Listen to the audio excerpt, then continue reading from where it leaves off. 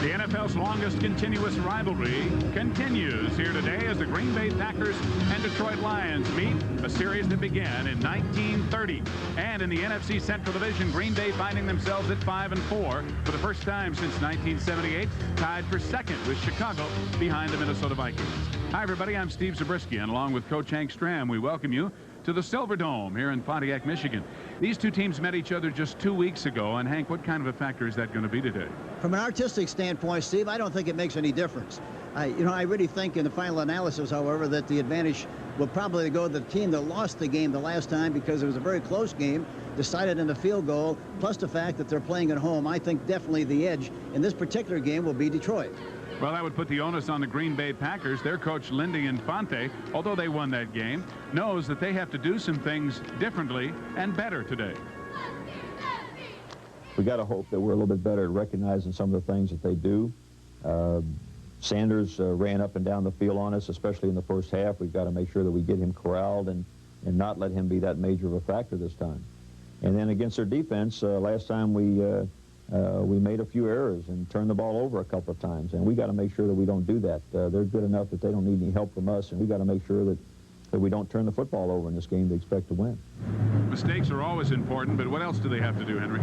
All those things are very important, as he mentioned, but I think the other thing that has to be discussed here is the fact that they have to be able to forget what they did last week against the Chicago Bears. And if they can do that, why, they must play with the same emotional level, the same intensity level as they played against the Bears last week. Well, the Detroit Lions have played with some emotion. They've only won one game, but with the run and shoot or silver stretch, as they call it, a high-risk offense, Wayne Fontes knows that they, too, need to worry about eliminating mistakes. We need to stop dropping the ball. We need to stop fumbling, throwing interceptions. We need to make big plays when they have to be made like other teams make them. I don't think it's a system. We catch a pass and the receiver fumbles the ball. And now if they were in any other system, if they fumble, they fumble. We need to protect the ball better. And the biggest thing is we need to make the big play offensively and defensively. With the run and shoot, they certainly have the capacity to make the big play. What else do they need to do, Hank? The big play is always important when you have an opportunity to make that, but I think in conjunction with that same thought, I think they have to have quality ball control. By that I mean I think they have to play keep away against the Green Bay Packers and take as much time off the clock as they possibly can. But in conjunction with that, they have to be able to get points when they do that. If they can do that, why, I think they'll do a good job. And I think in the final analysis, the team that runs the better of the two teams will win this game this afternoon.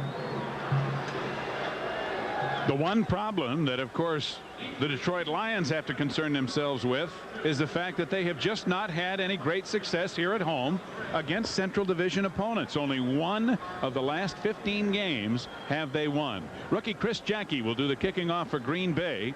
He's out of the University of Texas at El Paso. 26 is Carl Painter, but in the middle is Mel Gray, number 23, who's second in the NFC in kickoff returns, averaging more than 26 yards per return. Bruce Alexander, a rookie, also back there. It's going to be Gray about 3 yards deep, and he brings it out. Good blocking. Chris Jackie finally brings him down. Carl Bland caught him from behind, and Jackie, the kicker, got in front of him. Another fine return by Mel Gray. The great thing about this return is the fact that he's very decisive. And Jackie out in front gets a block for him, but he sees the cavity, takes advantage of it very, very quickly. He's got tremendous speed, did a great job for the New Orleans Saints the last few years. This was a great acquisition for the Detroit Lions. Bruce Alexander with a block and a 57-yard return. So Detroit in business with the silver stretch run and shoot at the 46 of Green Bay. Rodney Peete at quarterback. The rookie from USC firing and incomplete. It was intended for Walter Stanley, the former Packer, but thrown behind him.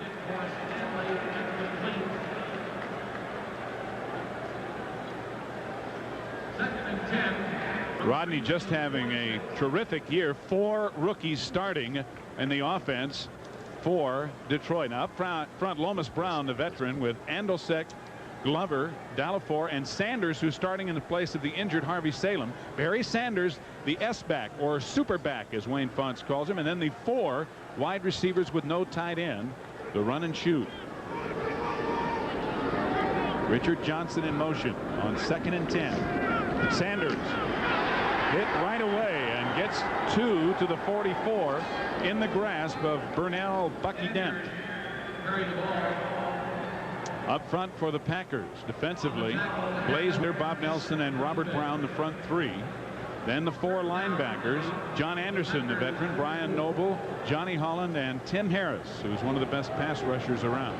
Mark Lee, Dave Brown, Mark Murphy, and Ken Stills, veteran secondary. 2nd down and 8.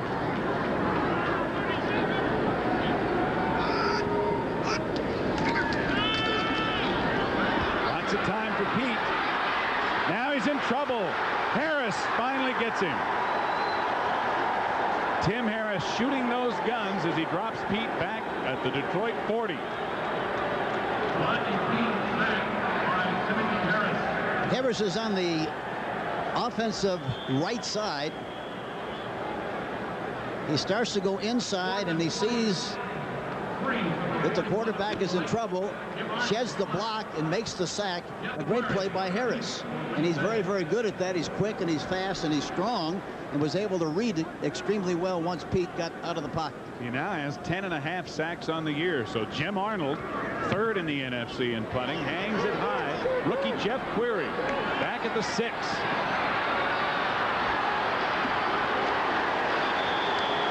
Knocked down at about the 17. Keith Karpinski and Victor Jones. A 53-yard punt by Arnold and an 11-yard return. Don Majkowski, who in his 3 starts against the Lions over the last 2 years is averaging 339 yards passing a game. Rutgers, Moran, Bush, Hallstrom, Vinegrad, who plays in front of the very highly touted rookie, and Ed West, the tight end. Woodside, and now Michael Haddock starting for the injured running back, Brent Fullwood. And this is the first time that not all 11 starters have started a game together this year for Green Bay. Fullwood the only one to miss, and that's today. Woodside, penalty flag goes down on the play at the line of scrimmage as he stumbles forward for a few. You know, Steve, I talked to Fullwood on the field before the game and asked him how he felt, and he said it's very, very sore. I'm going to try it. I hope I can try it, but I'm not sure. Offside, number 76, line up in the neutral zone. 5-yard penalty, and it's a 1st down. Ben Drive, the very veteran referee today, Eric Williams, called for lining up in the neutral zone. And I saw Ben on the field before the game. I said, Ben, try to be more definitive and more emotional and more make your comments a little stronger. You're a little timid out there. He gets on that microphone, he leaves no doubt. I said, you ought to come up there and do the game for him. Frustrated announcer. 1st down and 5 for the Pack. Take to Woodside, and a quick pass to Perry Kemp, too tall and incomplete. It'll be 2nd down and 5. Defensively for the Detroit Lions, their front 3, Eric Williams, Big Jerry Ball, the nose guard, and Kevin Brooks. And then the 4 linebackers for the Lions, Williams, Spielman out of Ohio State, who always comes ready to play, Jones and Jameson. In the secondary for Detroit, it's Taylor, Holmes, White, and Blades, with Alexander and Griffin coming off the bench, and coming off the bench frequently. This is a game where you're going to see extra defensive backs on almost every play because of the way the 2 offenses play. 3rd down, 2nd down, complete to Clint Didier, the tight end, and he fights for the 1st down yardage. Spielman making the initial hit, and it's the 1st down. I think the first thing here, the important thing is watch the protection that he gets. Majkowski back in the pocket, plenty of time to throw the ball. And look at the alley between the defensive people, a beautiful lane to throw the ball to, and he hits Didier right on the hash mark for a nice gain and a 1st down. But again, the key was the fact that he had a great alley to throw the ball right through the lane. No big arms in the way to block your vision or the football. So it's 1st and 10 Packers at the 28. With protection, complete. Ed West, the other tight end, tripped up by Benny Blades, but it's another Green Bay first down and a gain of 15. Majkowski, Hank, picking up right where he left off against Detroit the last time they played. Well, yeah, he's got an awful lot of confidence and poise. And, you know, kidding, I asked him today on the field before the game, how come you wear number 7? He said, well, I wanted to wear number 1, but they wouldn't let me do that, so I wore number 5 initially, and then they started to squeak about the fact that I was wearing Paul Hornung's number, so I took 7, and that's the way it is. Well, you know, they ought to retire Hornung's number anyway. Well, certainly they should. From the 43 of Green Bay.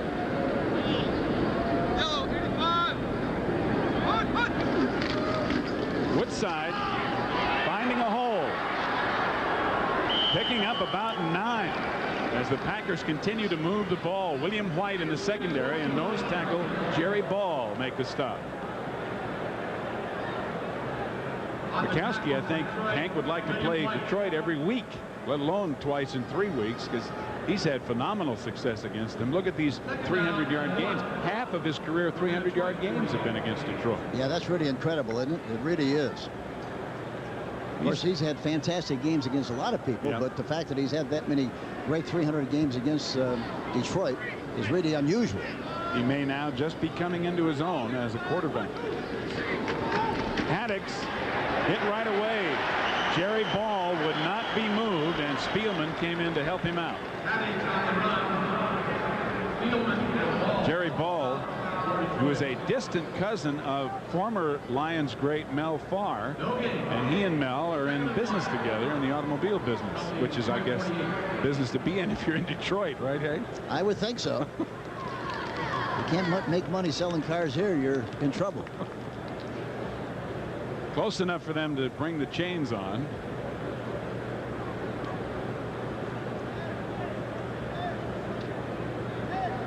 Once they get it lined up, we'll see if in fact Detroit has another first down, as this has been an impressive drive so far, and it is just enough for a first down. So the Packers keep the drive alive with this play. Watch Jerry Ball on Bush.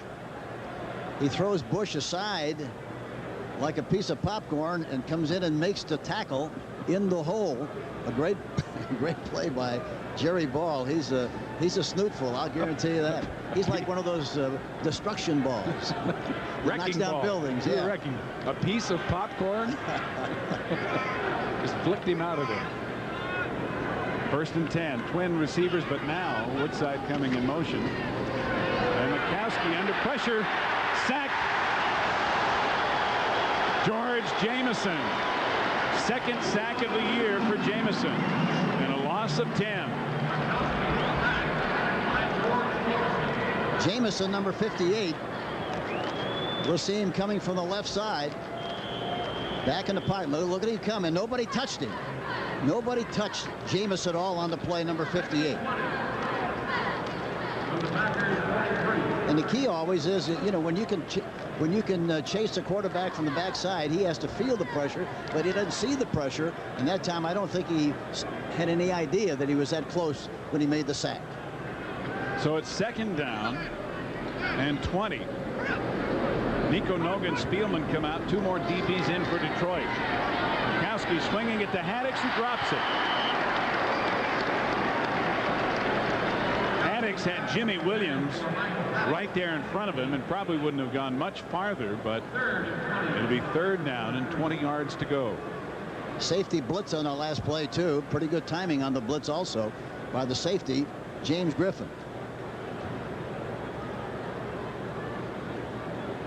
The Silver Dome in Pontiac, Michigan, far from a sellout today, as the Lions at 1-8, even with the excitement they can generate with the silver stretch, their version of the run and shoot, have not been filling up the place.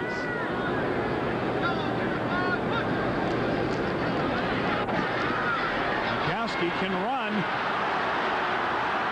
And he takes the baseball approach at about the 47 of Detroit. Jimmy Williams and George Jamison there to make sure that he goes down. So it'll be 4th down and about 10.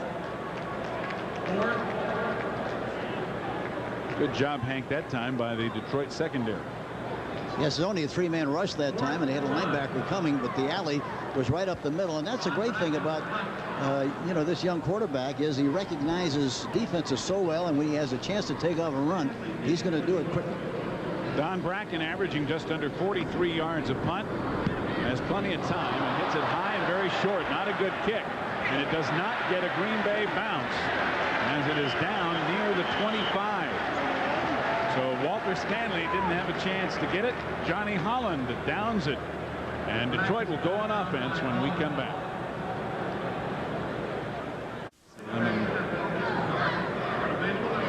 Willie Peete, the backfield coach of the Green Bay Packers. His son is on the other team. Rodney Peete, rookie quarterback for the Detroit Lions. And then 2 weeks ago, it was the first time he had to deal with that. And talking to Coach Peete, it was interesting. He said, I don't show any animation about what occurs, and when he does play well, I never expressed a lot of enthusiasm about it because I always expected him to do well. And sometimes when he looks at me in the sideline, I look the other way. Well, you know, he has to feel a little mixed emotions at times. Rodney on 1st down. And the 27 going long. Oh, just knocked away at the last second by Mark Lee. The pass appeared to be right on the money to Richard Johnson, and Lee at the last second able to knock it away. Good play by Mark Lee. I think what happened, he held on to the ball just a fraction too long. Had he gotten rid of it a little sooner, it would have been a completed forward pass. He was dancing around back there looking for somebody to throw the ball to, and when he finally spotted him, why, he was a little bit too late with the ball. Other games underway around the NFL, and we'll be updating you along with the NFL today at halftime all afternoon. Doubleheader day here on CBS. 2nd and 10 from the 27, Sanders.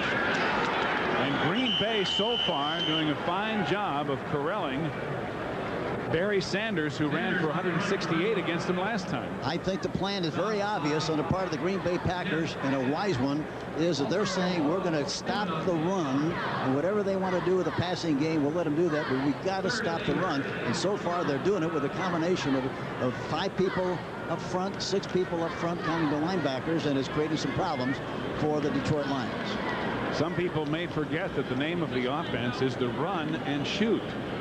And you've got to be able to run the ball, and that's why having a great running back by Sanders, or like Sanders, makes the Lions think they can eventually really turn this thing up a notch. 3rd and 9, and Peete going for it all, and the intended receiver, Richard Johnson, tripped. And if no flag is thrown, Tiger Green and Chuck Cecil were back there covering Johnson, who had a step on him, but they got a little tangled up. Richard Johnson. Mouse Davis, the offensive coordinator and the father of the run and shoot. The right side of your screen, there you see there's 2 receivers, and there's a little trip there. It looks like he lost his footing.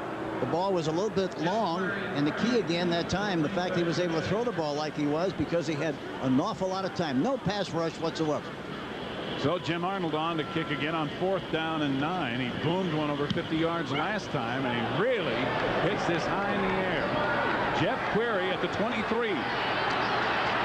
Picks his way to about the 27, and that is all.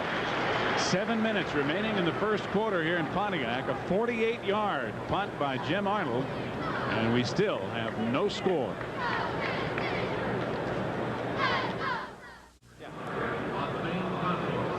Steve Zabriskie and Hank Stram back with you at the Pontiac Silverdome. No score with 7 minutes to play in the first quarter. And Green Bay now with their 2nd offensive possession. One of the guys that doesn't play for them except on short yardage is the highly paid and highly touted rookie Tony Mandarich. And he has been sitting down on the bench because he's still learning, really, Hank. And Alan Weingrad has been playing well, and Tony's handled it well. Well, Coach Infante yesterday said, we asked him, it was interesting to listen to him talk about it. He said he's a great investment for the future. He's going to be able to play 10, 12 years, and that's what a #1 draft choice should be able to do. Majkowski on first down, completing it to Haddix, and Haddix gets up across the 35. A 9-yard gain on first down, stopped by Victor Jones and Chris Spielman. You know, that's the kind of a pattern that controls the linebackers. The back stays in the backfield and watches the linebackers get their drops, and then as the linebackers do drop, then he slips underneath, and he was wide open on the play.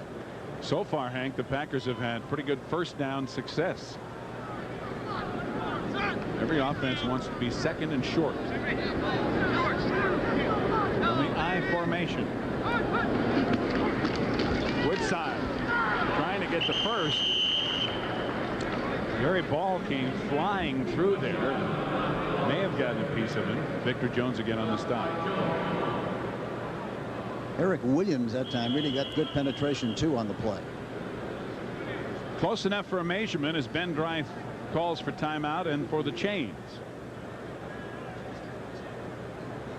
This is a game that I guess going in, Hank, you'd have to think there'd be a lot of points scored because of the way each of the two offenses have played this year. You know, it's funny how that works. Every time you think there's going to be a lot of points scored, it reverts to a very good defensive game, and there are not many points scored at all.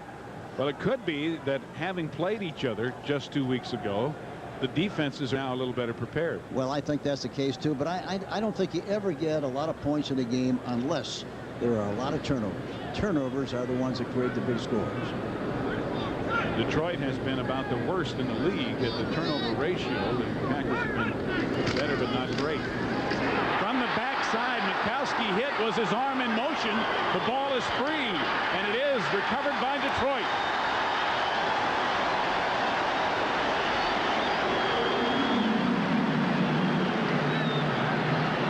Jimmy Williams appears to have recovered the fumble. And I think it was William White on the blitz who hit Majkowski. It was, I think, 35. White coming in from the backside. There you see it. And again, Majkowski had no idea that he was coming from that backside. Created the fumble opportunity, and now Detroit has great field position, 1st and 10. What were you doing, looking in your crystal ball there about the turnovers? We hadn't had one. Well, this is the thing that, you know, creates the opportunity to score. They have, you know, the fact that they got a turnover is important, but the only really thing that's important is you take advantage of it and you get points after a turnover. White credited with a sack. It is a fumble, of course, recovered by Jimmy Williams. And I think they're reviewing to see if his arm was in motion.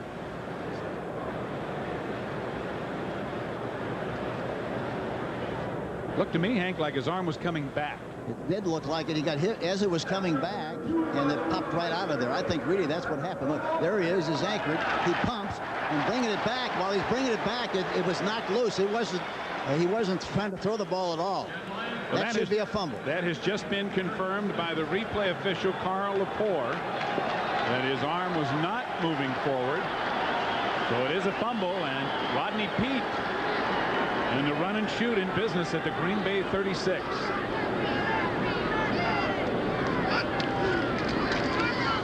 Draw to Sanders. Blaze Winter wrestles him down at about the 33. The Packers are changing their alignment an awful lot to try to confuse their calls offensively, but anytime they wound up with 5-on-5, talking about the Green Bay Packers, 5 with linebackers and linemen, 5 on the offensive 5. Then, of course, we can look for the Detroit Lions to run the ball. Anytime there's 6-on-5, then they got to throw the ball, talking about Detroit. Take what the defense gives you. 2nd down.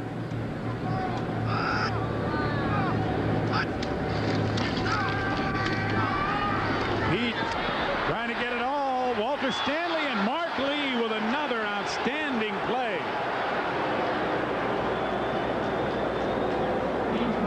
Twice already, Mark Lee has batted balls away. Here's the angle, and here again, it's not out in front far enough. Not out in front far enough, and as a result, Lee is able to make that great play defensively. But anytime, you know, if you're going to be wrong throwing the ball down the field, you better be wrong long and not short, because they'll be able to bat it down, or in some occasions, they'll be able to make the interception.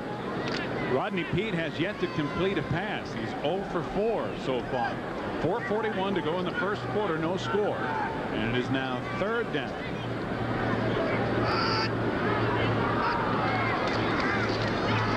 Richard Johnson on the reverse, short of the first down as he gets it down to about the 27. Mark Murphy, the strong safety, makes the tackle.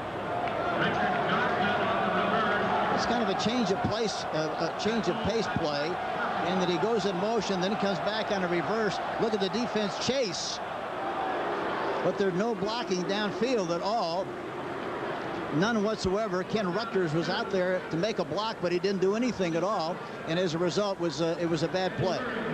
I should say Lomas Brown. I'm sorry.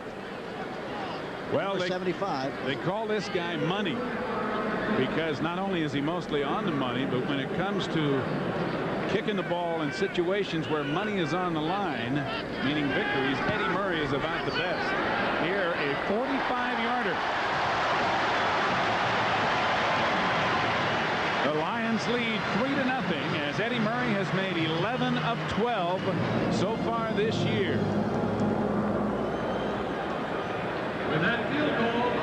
What leg drive? 3-0 Detroit with 3:48 to go in the first quarter.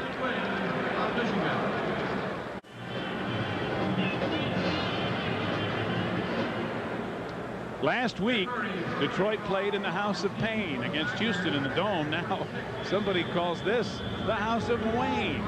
Wayne Fonts, the head coach. 3-0 Detroit, Eddie Murray. They kick it off. Carl Bland up the middle and blasted as he crosses the 20. Nico Noga, number 51, down there on special teams to make the tackle on Bland. 3-0 on the 45-yard field goal by Eddie Murray as Detroit leads it here in the first quarter. And it was set up by the sack. William White getting on the blitz to Don Majkowski, knocking the ball loose, and Jimmy Williams recovering it for the Lions. And here the key is, look at Majkowski. It pumps the ball, goes back like he's going to throw the ball, but never delivers the stroke, and is hit from the backside by William White, number 35, and they recover the fumble. And that's created the 3-point opportunity for the Lions.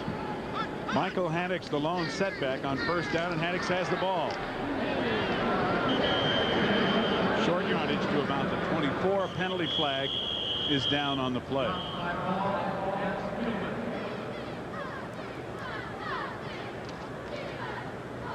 Ben Dreith sorts it out. Offsides against Detroit. The second time the Lions have been offsides.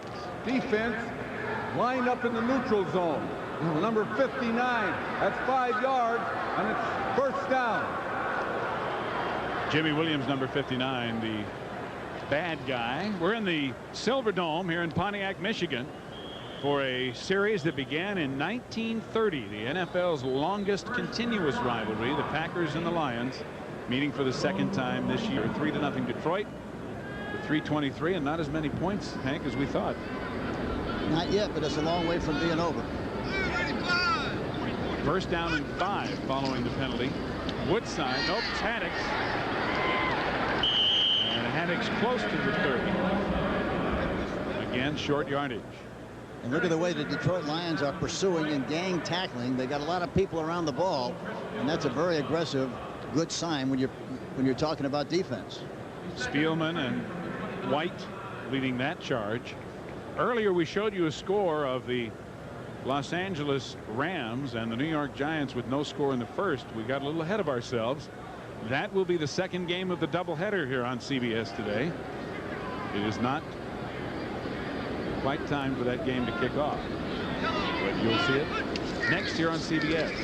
Majkowski fires it out into the flat to Woodside, and a good open field tackle by William White, but a first down for Green Bay at their 35. I think Detroit is showing a lot of unusual things defensively too. They are basically a 3-4 team that utilizes a zone a great deal. They're deviating from that plan and personality a little bit this afternoon. They're trying to put more pressure on Majkowski, the quarterback, and I think so far has been very effective. It doesn't appear, Hank, that they have given Detroit much past about 5 yards with which to work. There hadn't been any deep patterns open at all. No, the pressure's been good. The coverage has been good. Haddix, good pursuit from the inside.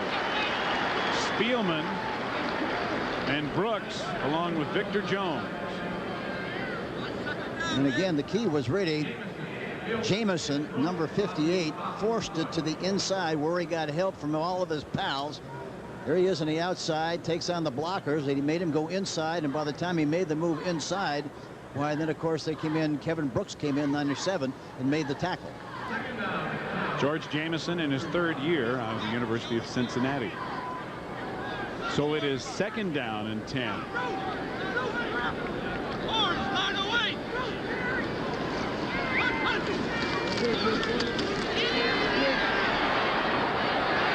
Intercepted. Picked off by Jimmy Williams. Penalty flag.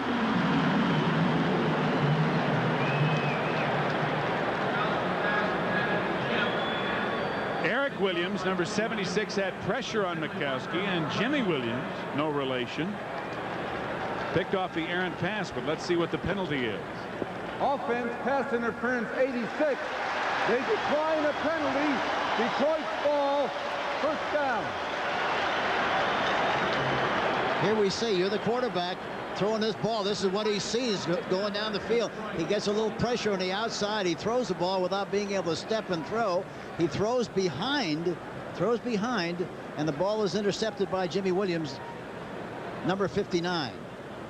Unusual for a linebacker to be back there that deep, but he's an unusual linebacker and has good ability and got great depth on the play. 2nd turnover for the Packers, only the 5th interception thrown by Don Majkowski this year. And Detroit with an injury, number 57, Victor Jones, appears to have an ankle, perhaps,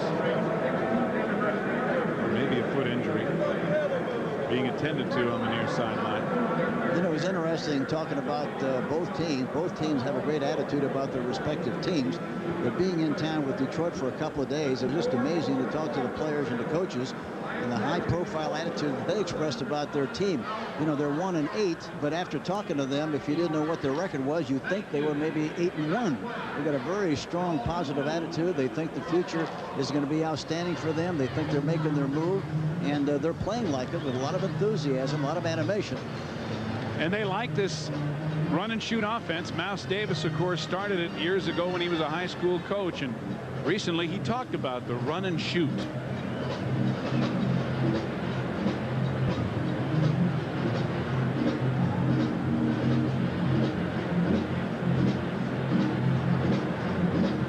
Mouse started it back in Milwaukee High School in Oregon, and then took it with him to Portland State. Of course, Neil Lomax was his quarterback there, and it's sort of gone through a metamorphosis to get to the NFL. Yeah, I've always liked him, and of course, I think really this is going to be a wave of the future. I think this offense is going to see a considerable attention, and I think in the 90s we'll see a lot more teams using this kind of an offense in the future.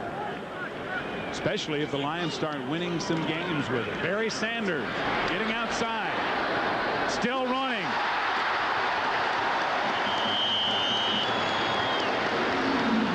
Tim Harris finally stops him after a gain of 15, but this little guy, who is very compact at 5'8" and about 205, is some kind of runner. He's strong, he's quick, he's fast, and has excellent balance. And the other thing is, you know, he's got great vision, and I think the great backs have that kind of vision. He just didn't give up. Of course, he doesn't give up. That is the first down for Detroit. And we're in the final seconds of the first quarter. Peete under pressure, gets it away and completes it to Johnson. Anderson runs him out of bounds, but Richard Johnson with a 13-yard gain and a first down.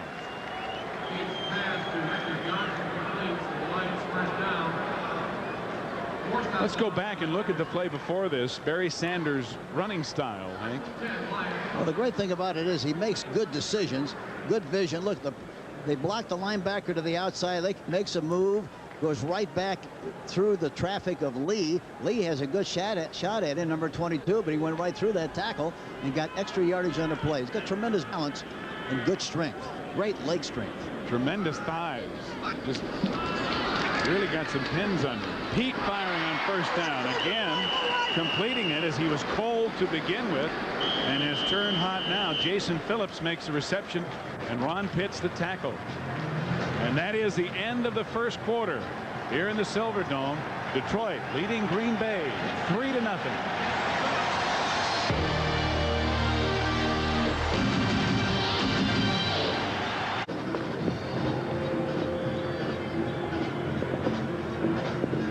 Well, there's CBS signs all over the place. Some of them by Green Bay fans. That one's saying crush Barry Sanders. Another one, conquer Barry Sanders.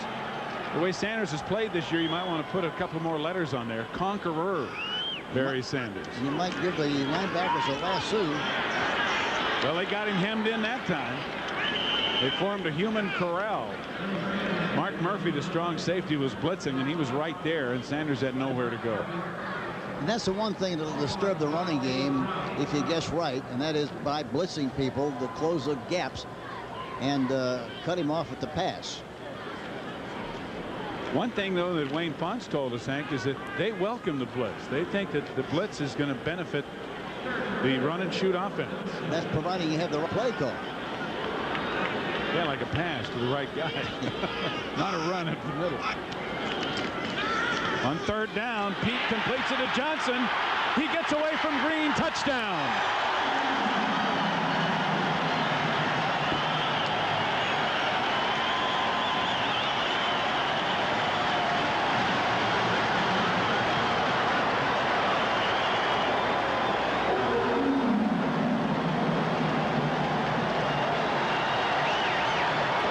Here we see it. He's moving left.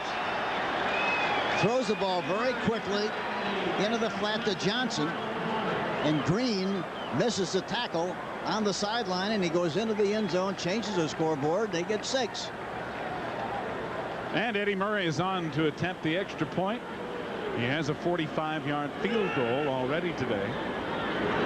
Punter Jim Arnold holds, and it is now Detroit leading 10-0.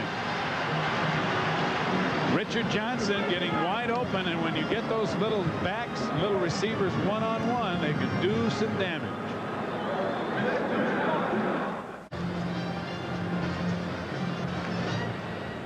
Early in the second quarter, it's Detroit leading Green Bay 10-0. The Packers with 2 turnovers, Hank, and that, as you mentioned in the opening, capitalizing and turning those into points is really the key. Well, the other key is field position. Green Bay has had to go 78 yards on every one of their drives, and Detroit 51. Big difference. Carl Bland bringing it back to the Packers up to about the 25. Richard Johnson, who caught the touchdown pass, is only 5'6", and Detroit has a bunch of Smurfs out there, and these guys even wear blue. Look at this. Robert Clark, the tallest at 5'11" of the entire receiving group. I love that group. They're all a lot shorter than I am. That's why I like them so much. They got shorter legs than my basset hound. And Richard Johnson, the smallest of the small. Wayne Fonts has said he'd like to have some bigger receivers, but guys that are out there, and none of them are big names, are doing a pretty darn good job. Green Bay 1st and 10. Maddox playing for the injured Brent Fullwood, banging forward on the sweep Chris Spielman with the initial hit. They're talking about those receivers. It doesn't make any difference how big they are. The question is how good they are, because it doesn't make any difference. They score a touchdown, they say it doesn't count because you're 5'5" or 5'6". They just put the hands up and it's 6. They don't ask how, they only ask if.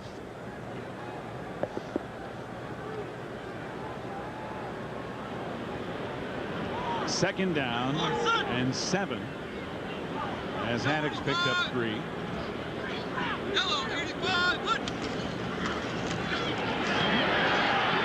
Majkowski to Woodside. Woodside battling for the first down, and he's close. William White and Terry Taylor drag him down, and it'll be very close to the 35. It would appear to be enough for a first down. Here we see the shot. Majkowski going back into the pocket. Ball up the middle is getting some penetration, but falls. He'd have made a sack, but the ball's thrown right at the receiver in good shape. And Terry Taylor doesn't tackle him low enough, or else he would have prevented him from making the first down. He tackled him high, took a little ride, and as a result, they made the first down. Right at the 35. Good side. Nowhere to go. Jimmy Williams with the penetration. And William White was blitzing.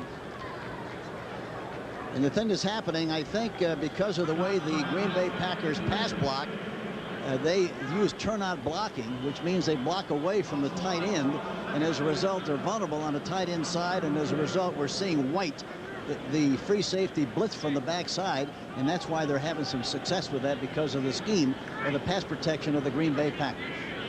Michael Kofer, number 55, is in at linebacker. He's been bothered by shoulder and foot injuries, but he's in there on a passing situation, 2nd down and 11.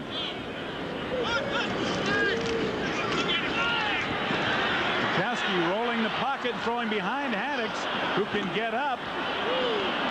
But blue jerseys get there in time, and it's only a gain of a yard or two. Spielman, the first one there, along with Tabor. See, they're changing that alignment to Spielman. Spielman is really a terrific linebacker. Boy, you love to have guys like that on your football team. The attitude that he has is tremendous. He was telling us yesterday that, he grew up with his father being a coach. They're sorting out. Offensive holding, number 57. They took the penalty. 2nd down and a 10-yard penalty. So Rich Moran called for holding, and that'll move them back inside the 25. But Spielman was telling us that he thinks his intensity comes from the fact, Hank, that he grew up with his father coaching, and his father was kind of an intense guy. And he said he can't imagine, after he gets through playing, he can't imagine life without football. And I asked him what he wanted to do. He said he wanted to be a coach. I said, what advice did your dad give you about coaching? He said, if you want to make money, stay out of coaching and do something else.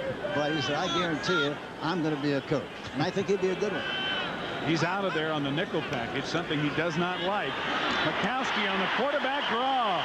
Hauled down by Ray Crockett.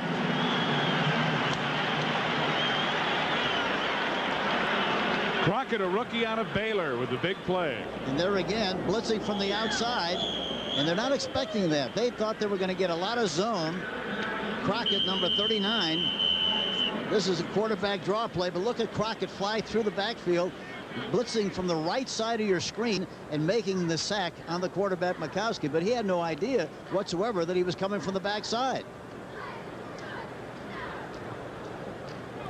There is an injured Detroit Lion down on the field, and so we will take a timeout and return to the Silverdome in just a minute.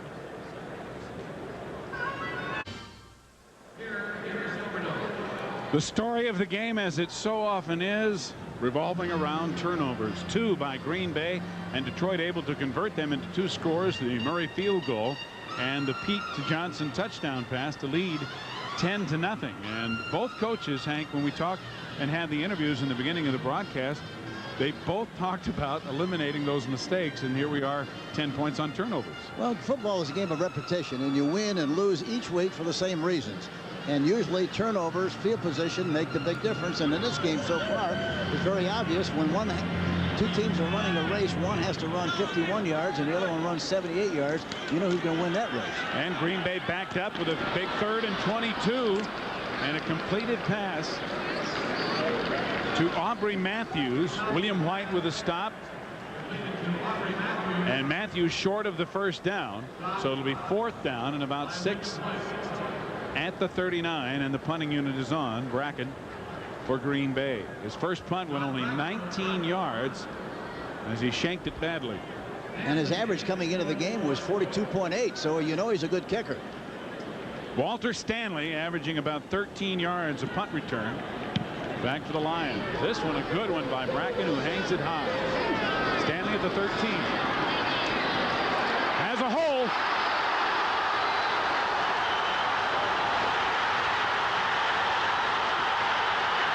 Walter Stanley down inside the 10.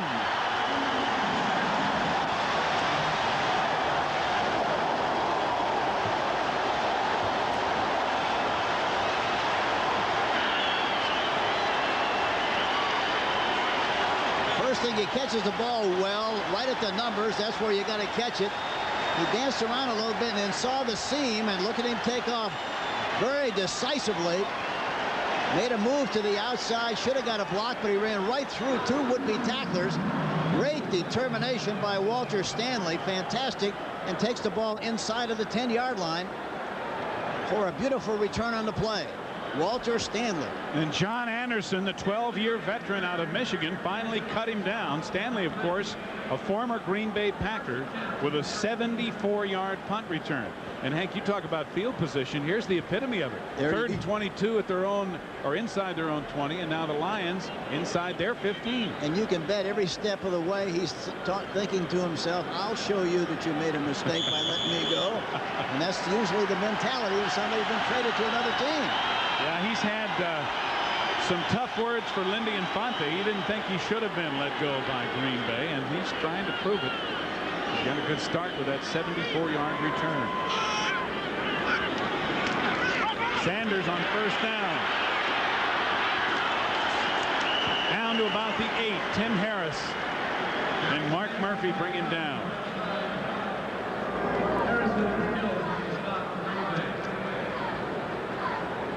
Sanders coming right at us here. Takes the delay steps of the right guard. Can pull on the play, number 67, Sanders. But he's got terrific quickness. And the great thing about him is when he's in trouble, he doesn't dance around and pussyfoot around. He gets the most out of the play as he possibly can. He not only runs fast and well, he runs hard. Second down. 5 for first down. Johnson, touchdown.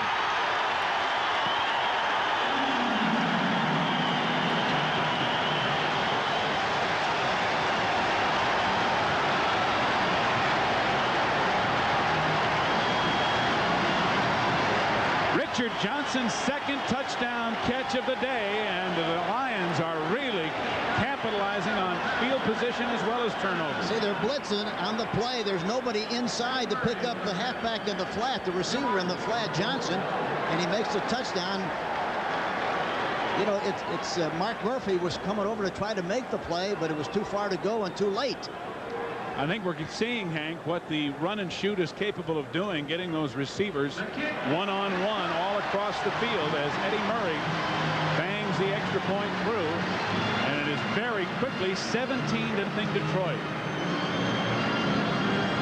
Rodney Peete to Richard Johnson for the second time today.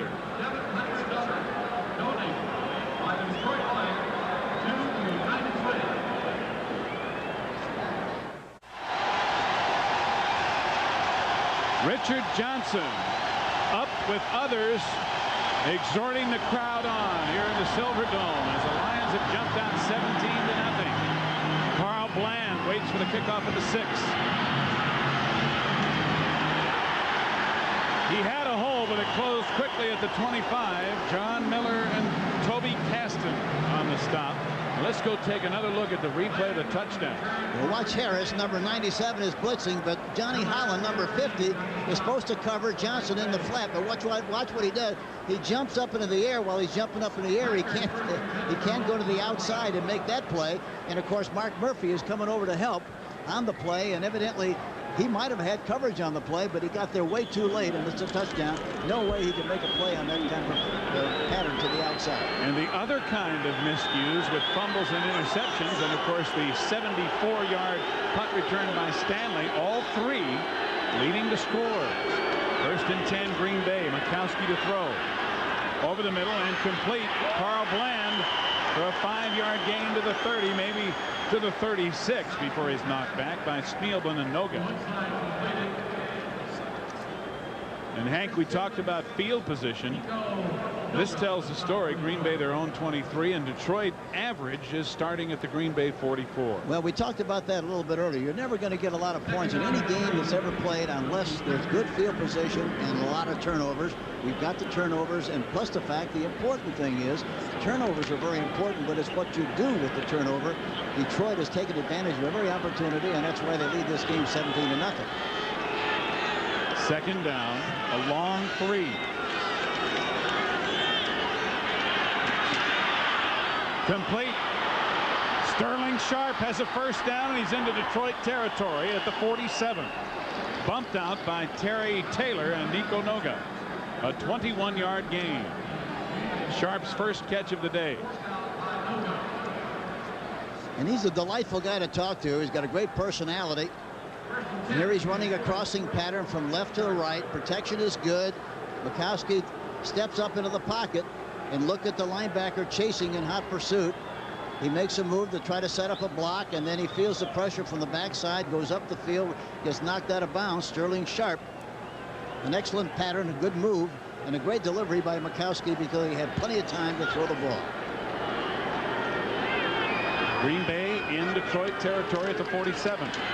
Sharp again. First down inside the 35. Jerry Holmes on the tackle, a gain of 14. I saw Sterling Sharp on the field before the game, and I asked him what pattern does he like to run best. If he had a choice to win a game, what pattern would it be? One-on-one, he said definitely a post flag. Move him to the inside, get the knees turned, and then go back out to the outside. That's what I'd love to do. And he said, I come out here every pre-game, and I go with Dave Brown, work with him one-on-one, and if I can lick him, I can lick anybody.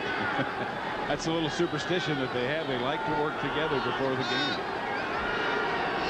Another Green Bay first down. Play action fake. Majkowski over the middle, complete to Perry Kemp.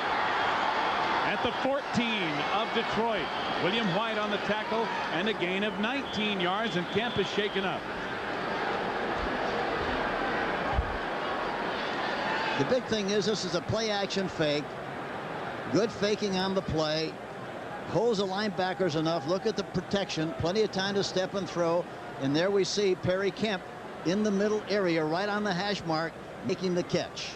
But again, the key, the play action pass, holding the linebackers and then throwing in front of the defensive backs and behind the linebackers. We're in the Silver Dome in Pontiac, Michigan. Steve Zabriskie and Hank Stram bringing you the NFL on CBS. In the NFL's longest continuous rivalry, Detroit leading this one 17-0 with 6:52 to go in the second quarter. Perry Kemp may have just had the wind knocked out of him, but injured on that play. Now being helped up at about the 14 of Detroit. The Packers, Hank, are coming right back. I mean, you know, after you have the turnovers and the punt return, it's easy to, you know, hang your head and lay down, but the Packers have moved the ball well here. Oh yeah, no, it's very easy if you're not careful, if you're not an exceptional team as far as people are concerned. You want to take two and hit to right and bail out if you're not careful, but this team will never do that. And Fonte's too great a coach, and he's got too good a coaching staff. This team is on the move, and so are the Lions. The Lions are the same way. Wayne Fonte, it's just amazing what reaction you get about him being in this city for a while by the players, by the fans. He's done a terrific job of selling this team that they can win. They haven't won nearly as much as he thought they would, but I think both teams are young teams that are both on the right track. This is Green Bay's deepest penetration of the day. 1st and 10 at the 14.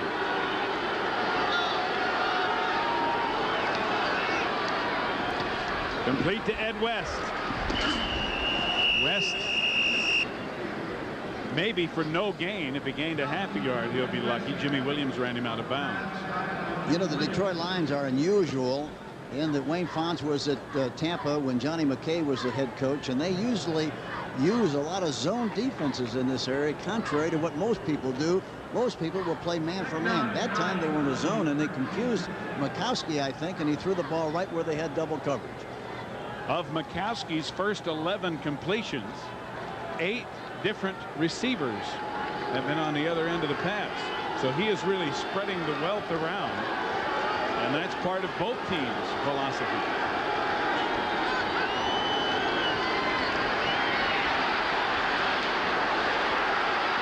Williams can't get him, but he gets some help from Eric Williams. Jimmy and Eric, the Williams boys, bring down Majkowski for the loss, the 3rd sack by the Lions. And Mike Kofer, number 55, is only playing on the nickel package, but he was right there too. They're doing a good job, and I think really and truly they're confusing, as I mentioned earlier, they're confusing the Packers a little bit with the great variety of things they're doing on defense. And I asked Majkowski that before the game. I said, what do you expect defensively? He said, well, they normally play a 3-man line and with 4 linebackers and like to play an awful lot of zone. That's what we expect. But this is not what they're getting here this afternoon, not nearly as much as they thought. Packers on this possession are going backwards, at least this series of downs, and now timeout called by Green Bay as they come to the line on 3rd down and about 13. So 5:44 to go in the second quarter. Detroit leading by 17, and the Packers don't want to make a mistake here if they're going to get back in it.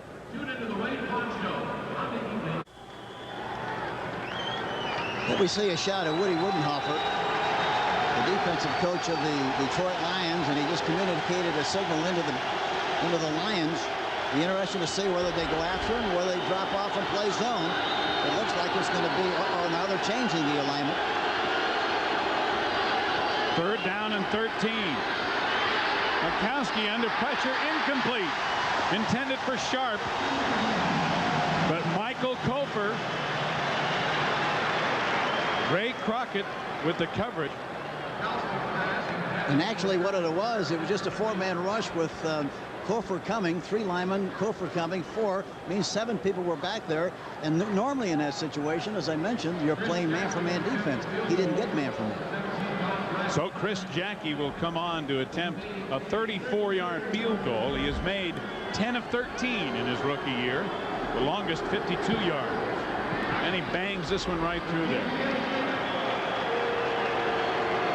So the Packers with a good drive coming back after Detroit had taken a 17-point lead. With the field goal by Jackie, now it's 17-3 with about 5.5 to go here in the second quarter.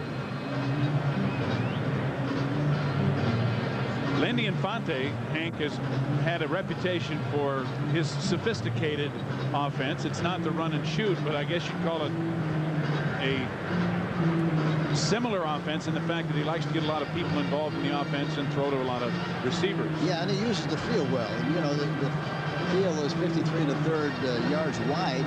He tries to use as much of the field sideways, laterally as he possibly can, and then stretch it vertically. And it's a very sophisticated offense. But I guarantee everybody in the league's got a very sophisticated offense.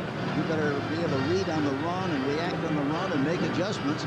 And one of the toughest thing now in professional football with these kind of teams is to be a receiver, because you have to learn so much. This is Chuck Long, who was just activated this week after having elbow surgery back in February to his throwing elbow. In doing so, they released Eric Hipple, who had been here for many years. And Hipple went out in style. He went into Wayne Fonts. He asked to be released. He knew that Long was coming back. And then he gave flowers to all the secretaries in the Lions office and said goodbye. Mel Gray juking his way across the 25 to about the 28 or 9. Well, a battle next weekend on CFA College Football here on CBS as Butkus Award nominee Andre Collins and the Penn State defense will try to stop the rocket. Raheed Ismail and the high-powered Notre Dame offense. Notre Dame and Penn State next Saturday beginning at 2:30 Eastern right here on CBS. Detroit 1st and 10 from their own 27. They've had the ball 10 minutes longer than Green Bay so far. 17 minutes to 7. Richard Johnson dancing out of bounds in front of Mark Murphy at the 36. Murphy had a concussion, and there was some question whether or not he was going to be all right. But he's the kind of guy, Hank, you have to shoot him to keep him out of the lineup. Oh, he's going to play. He's going to dance every dance, regardless what the situation is. He's going to dance. Another good first down gain for the Lions out to the 36, where it'll be 2nd down and 3.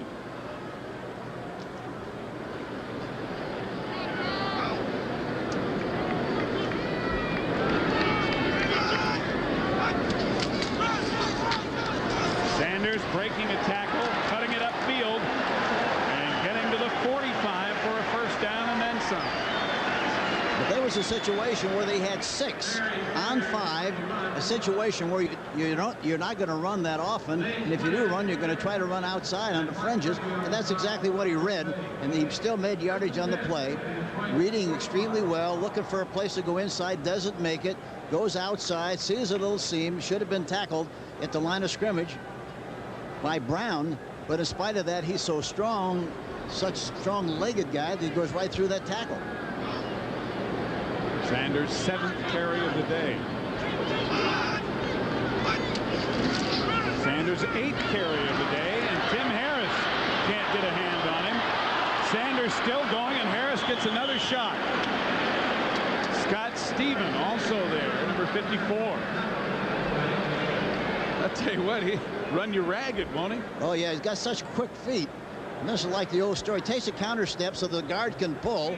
Stops. Harris misses him.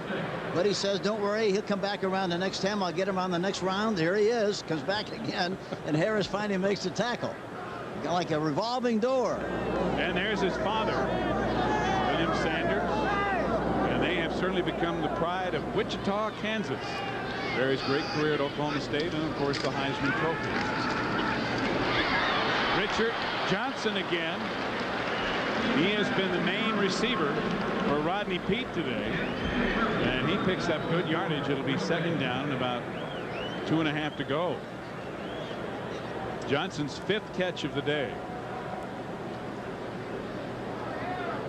And here's a replay of it again. 3rd down. And he goes right out into the flat area. There's nobody there again.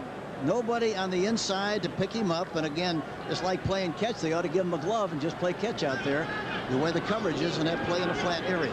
Mark Murphy, the safety, seems to have no inside help. And I don't blame Detroit for going back to that as often as they can. It keeps working. Peete incomplete. Again, it was intended for Johnson. Tim Harris with a little pressure, but Peete had plenty of time.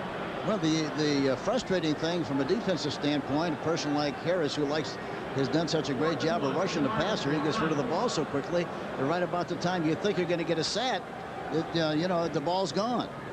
Look at the shoes of punter Jim Arnold. He and kicker Eddie Murray wear regular soccer shoes with big rubber cleats on them, whereas on artificial turf most players wear what are called turf shoes with very small rubber cleats. Rookie Jeff Query is back, and Arnold booms another one. And it goes out of bounds inside the 10. Inside the 5.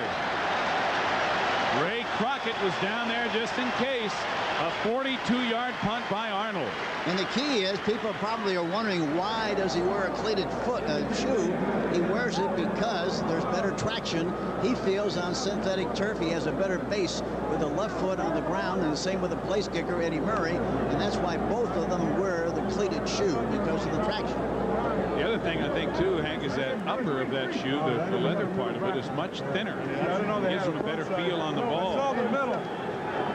73 for Detroit is Harvey Salem, who is not starting today, and Salem, a mainstay at tackle in his 7th year, bothered by a bad shoulder.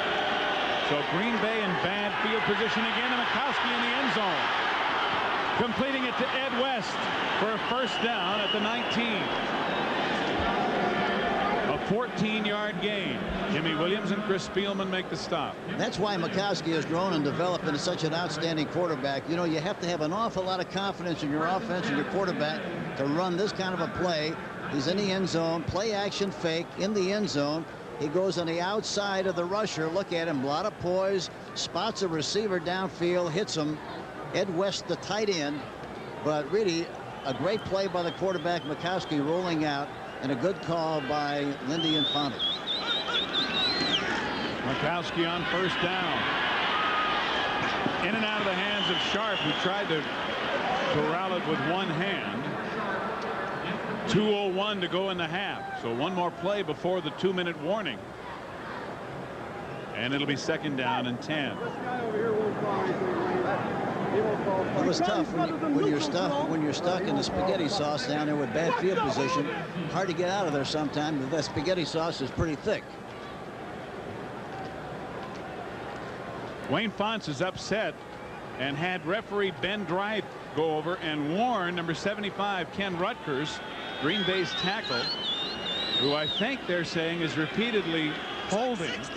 And Ben Drythe did go over and talk to Rutgers, but there was no penalty call. He definitely was holding on the play too. I happened to see it. Sharp can't hold on as he's falling down. The ball comes out. There's Rutgers out of USC.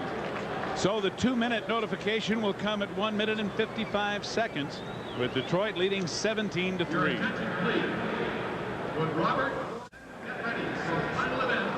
The story of the game so far, Hank, is as you predicted. I mean, the turnovers are the factor, the field position, and then the capitalization on those two things, the difference in the game. You know, the other thing that's important, the Packers have averaged 16 yards to go on every third down situation. They're 0 for 3.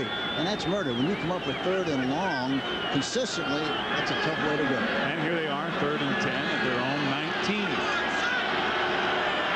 1:55 to go in the first half. Green Bay trailing by 14 from the shotgun. Too tall, picked off. Intercepted by Jerry Holmes. Touchdown.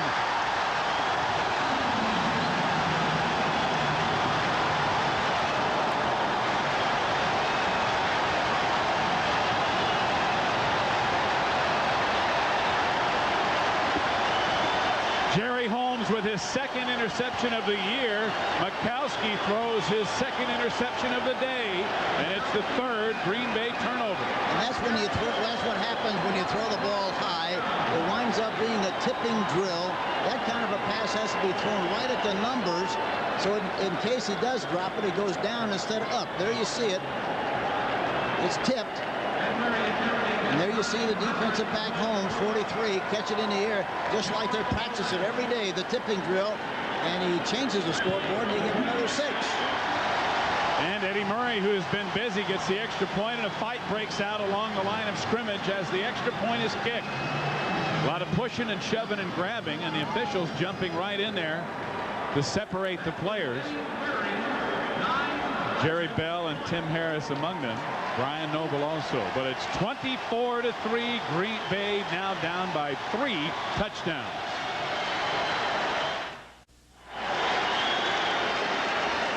Jerry Holmes with the turnover for the touchdown.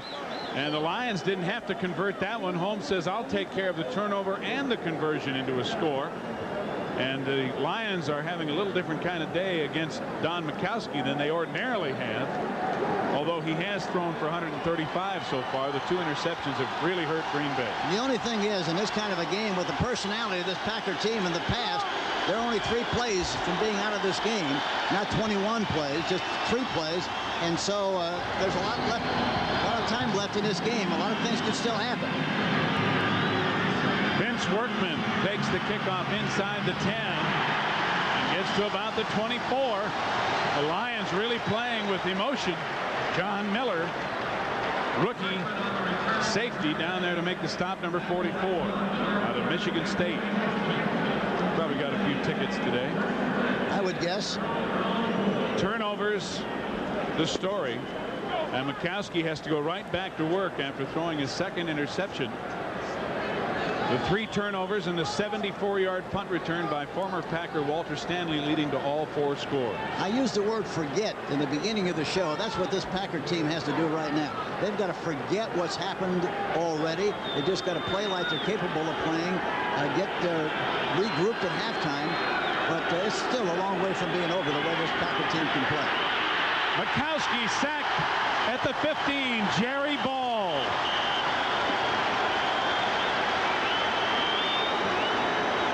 That is the 4th sack for the Lions. Jerry Ball's 5th of the season. Jerry Ball, number 93, he's big and he's strong. And he's quick. Look at the penetration. They wind up almost pushing him right into the quarterback on the play, and he makes the sack. But anytime, you know, that kind of weight gets rolling along, he's hard to stop.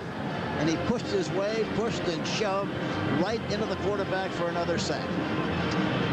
A little little shaken up on the play is Eric Williams, who's still down on one knee. And we want to remind you that this is the first of two here on CBS today, the second game of our doubleheader. Immediately following this one, the New York Giants are in Anaheim to take on the Los Angeles Rams. Rams, of course, are trying to stop that 4-game losing streak, so they'll have to do it against LT and company. Lawrence Taylor and the Giants at LA next here on CBS. And the Giants, of course, at 8-1, leading the pack in the NFC's Eastern Division, and an opportunity to really put a little more stamp on that leadership if they can knock off the Rams, who have been reeling a little bit. Hank, they had such a great start, and it's just been downhill since 5-0. Yeah, right now they're 5-4, and I guarantee you they are a desperate team. They've got to desperately win this game this afternoon to stay in the race and try to be in the playoffs. Packers are a little desperate too. They're at their own 16 with a second down and 18. Majkowski on the quarterback draw.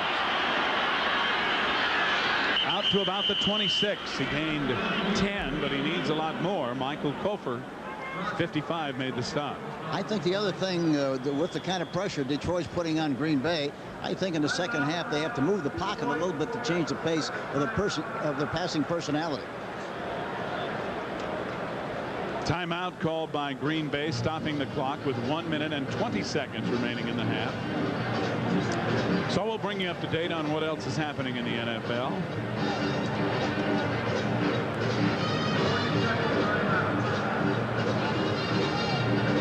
So far, look at this one. Miami trailing the Jets 20-3, and there are not a lot of close games so far today. That's the nice thing about this league. It's very easy to predict what's going to happen. That's right. Every week. Yeah, just when you think you've seen it all, wait a minute. You know what you ought to do each week? You ought to look at the thing carefully and decide who's going to win, and then go the other way. Lindy Infante, who has really seen his offense struggle today, and Wayne Fontes has to be hardened. I think, Hank, it's probably not so much a letdown after the Chicago victory by Green Bay as it has been the way the Detroit defense has played today. Yeah, they have been. They've been very assertive. They've been very strong. They've changed alignments, which is a great compliment to the coaching staff. And I think they kind of disrupted the timing. And here they come again. On third down, a completion and very close to a first down is Sterling Sharp. Jerry Holmes made the stop. And the timeout will be called, I think, for a measurement. With 1:10 remaining in the half. Oh, Green Bay did call the timeout. Or Detroit called the timeout because they're thinking it's not a first down and they want to get the ball back. Well, Wayne Fontes went down and played against Jerry Glanville and the Houston Oilers in the House of Pain last week. And you know, Glanville took over the Oilers, Hank, about 3 years ago when they were struggling. And Glanville was nice enough after the fact to write a letter to Wayne Fontes about that game and his situation right now. It was a very nice letter stating that you know, this Lions team is much better than the Lions teams in the past have been. This Lions team has tremendous pride, poise, character, hustle. Talked about when he took over 3 years ago, they were 1-8, struggling, and he felt that we were going through the same growing pains that he did. And I think he has a lot of class for doing that. You know, that was nice, very nice of Jerry Glanville. But when I was coaching, anytime I got any kind of a package from another coach, I always soaked it first before I opened. Did you have a designated package opener? Yeah, that's right. Well, that's what happens when you're 8-1. You were winning. When you're 1-8, they wouldn't try to get rid of you. Packers go for it on fourth down and about 6 inches. Majkowski trying to sneak through. It didn't look like he made much progress at all. James Griffin right through there from the secondary. Majkowski tried to jump and he couldn't even get off the ground. They're going to measure again. Had no push whatsoever, none whatsoever. And then Jamie Griffin, number 34, comes in there, gives him a little shot while he's going down. But it didn't look like he got the necessary yardage. Awful close. Let's see how they mark it.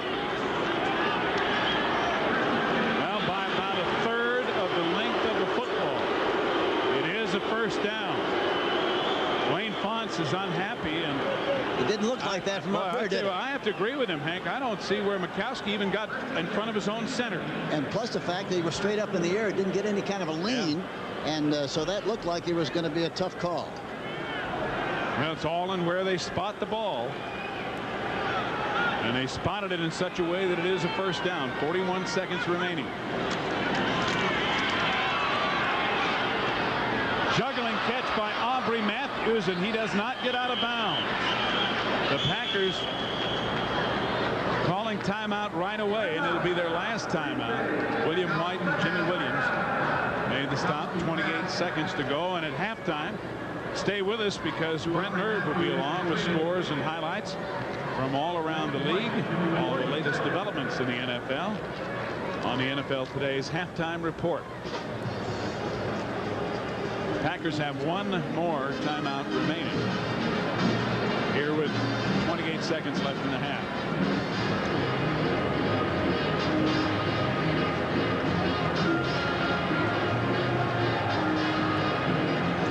This is where you really want to try to get something before you go in after you've been dominated so much in the first half.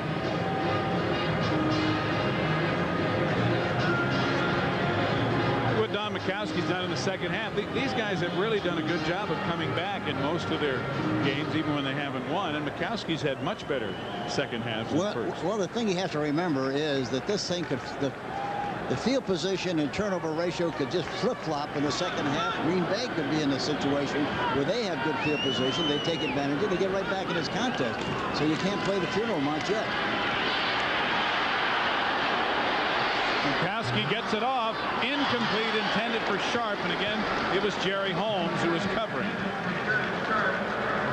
Majkowski run out of there by Toby Caston, who was pressuring him.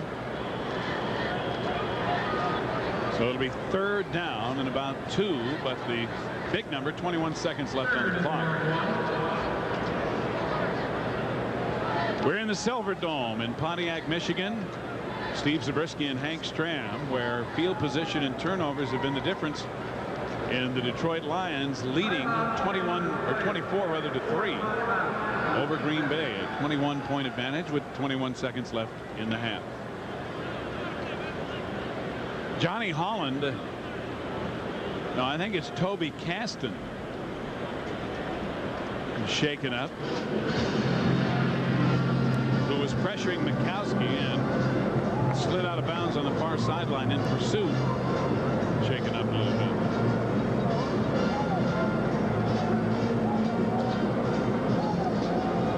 Green Bay is going to have to get a good read on what's been happening in the first half, and they have to realize also, which they do, the field position aspect of it has been vitally important, but they have to make sure they get the pass protection responsibilities down finer than they did in the first half. They'll make those adjustments, and again, as I mentioned, a lot of things can happen. It's still just halfway over so far.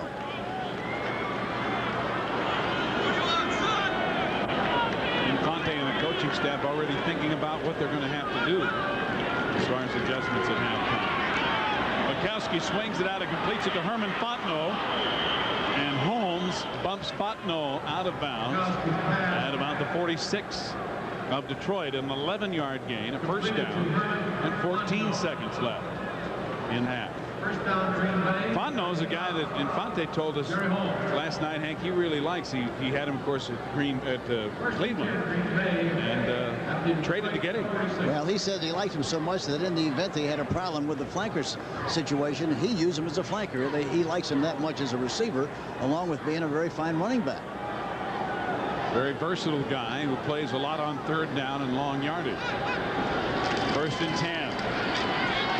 Majkowski firing and completing it, but down immediately is Jeff Query, and he does not get out of bounds even though he gets to the 34. So Green Bay using their final timeout, stopping the clock with 6 seconds left.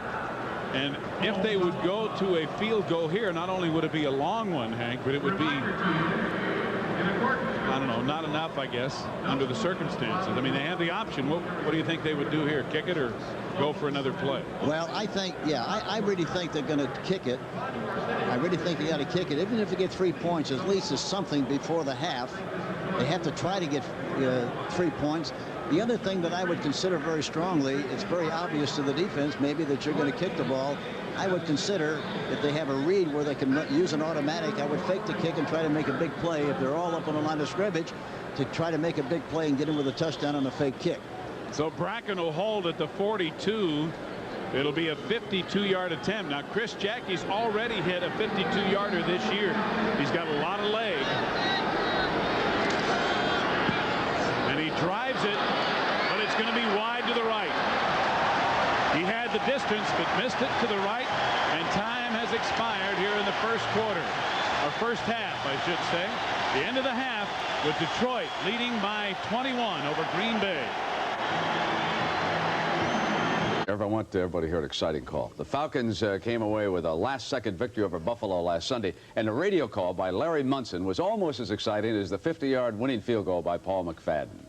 Going to try a long field goal. McFadden, long, long, long. Good, good,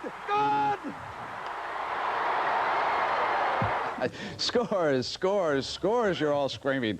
To the board we go. And the Washington Redskins, how about this team? They can't score. They can't get a touchdown against Dallas at home. They go into Philadelphia, and they take a 10-3 lead. How did they do it? They've even lost Joe Jacoby, dislocated left kneecap. I'll tell you, folks, they have fought back. An angry Redskin team today. And also, they got a terrific catch by Jimmy Johnson on a 4th down play. Doug Williams, some of the rust has been shaken off. This set up a touchdown. About the only bright spot for the Eagles, they changed field goal kickers this week. Steve DeLine of Colorado State is now there, and he kicked a long one to make it 10-3 at the end of the half. Minnesota and Tampa Bay, Vikings lead the NFC Central, and they're dominating Tampa Bay. The Buccaneers are really without much of a defense right now. They haven't got too much help from Broderick Thomas, their first-round draft choice out of Nebraska. And watch here as Tampa Bay turns it over. You can hardly blame the Buccaneer defense for that as Reggie Rutland goes 27 yards, and then it was Wade Wilson. Wade Wilson, 3rd and 2, Brent. Nice call here, rolling, looking to his left, hitting his tight end, Steve Jordan, for the touchdown. All right, and of course, the game you're watching, and Green Bay Packer fans don't have to be reminded that they've been a superb team, especially in the 4th quarter behind Don Majkowski, so this one's still to unfold. Chicago and Pittsburgh. This is a team that was upset a week ago up in Green Bay, and they have reacted like you would expect a Mike Ditka team to. Remember, 179 attempts without an interception ended quickly as Stinson picked it up, and that seemed to set the tempo for the first half. And Irv, you know the change of quarterbacks for Chicago, Jimmy Harbaugh, it gives the Bears a running dimension. Well, you know, he's growing into the job, Brent. You can see the confidence growing from week to week. Here he scrambles upfield for a 9-yard gain, setting up a touchdown. Well, Dick, you told me that Brad Muster is a pretty good receiver. Well, he is, and there's some talk about him playing tight end, but you get a guy that big running out of the fullback spot, you know, he can cause you some problems. Exactly. All right, Denver and Kansas City, and the storyline there, folks, is like the great Christian Okoye. I guess we can call him great on the strength of what he's accomplished this year. Not playing for Kansas City, out with an injured thigh. Buffalo has 3 touchdown passes today from Jim Kelly all over Indianapolis. Jets in Miami, and soon they'll head for overtime, tied at 40. Trust me, New England and New Orleans, and the score there is 28-10. They had a power outage in that game. A tree fell on a transformer, lost power, and of course the folks who were watching that game had to be switched elsewhere. But before the power went out, here's what was happening. And Hobie Brenner caught this pass from Bobby Hebert, and it made it 14-0. And it really was easy for the Saints, sir. Really easy. Good. It's a heads-up play, though. Grogan going upfield has this ball tipped. And Brett Maxey comes down with it and rambles 27 yards for the touchdown. So high balls drill. The defensive backs go through. All right, and so that's the score of that game at halftime. And we're going to continue after these messages from your local stations.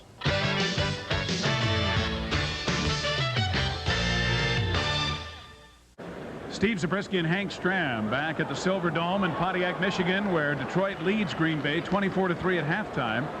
And the story of the game, turnovers and field position. And if you go right back to the beginning of the telecast, Hank, and your comments about the fact that because they just played each other 2 weeks ago, and because you felt that the advantage might go to the team that lost that game, being the Detroit Lions, I guess that's what's happened, because they're 3 touchdowns in front. Well, that's the way it looks right now, but I think this thing is a long way from being over. And as I mentioned a little earlier, you know, this thing could flip-flop where the Green Bay Packers get some good field position. I think when you're trying to get out of the soup, like they were all in the first half, that's murder. And you got to hope for that to happen in the second half. They have to good field position. They got to play good defensively, get some turnovers, and they can get right back into this game. See, because it's only 3 plays from being out of this contest, and they've been in this situation before, and they can come back and do a good job in the second half.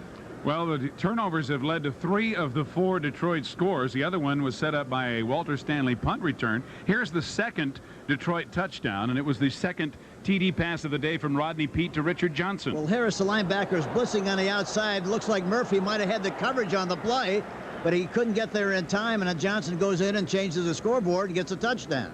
Then another turnover led directly to a touchdown when Jerry Holmes picked off a tipped pass by Majkowski and ran it back 23 yards for the 3rd touchdown for Detroit. Here again, Majkowski has some pressure, threw the ball a little bit too high. Anytime you throw it high, there's always a chance for the tipping drill to go into effect. That's exactly what happened. He sucks it up there like you got a vacuum sweeper and goes in for the touchdown. So it's 24-3 as Eddie Murray had a field goal earlier, and Chris Jackie's field goal, the only scoring for Detroit. And CBS Sports coverage of the National Football League will continue after this message and a word from your local station.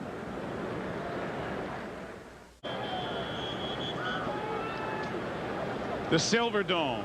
It is not filled, but if the run and shoot offense, the Silver Stretch as they call it here in Detroit, can produce points and win ball games, they'll fill up those empty blue seats up there, Hank.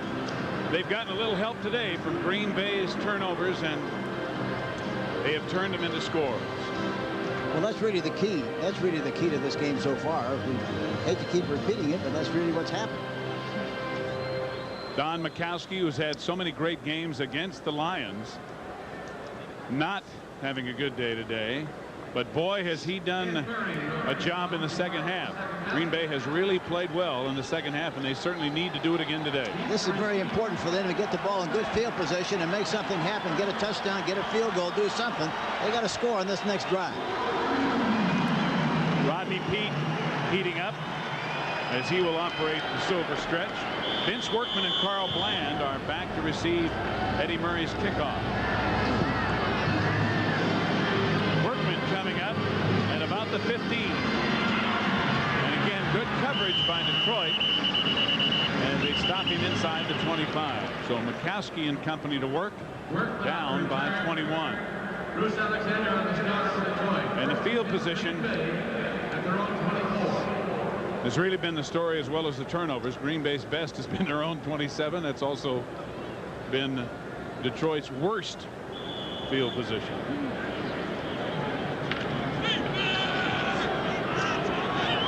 This drive will start from just inside the 24.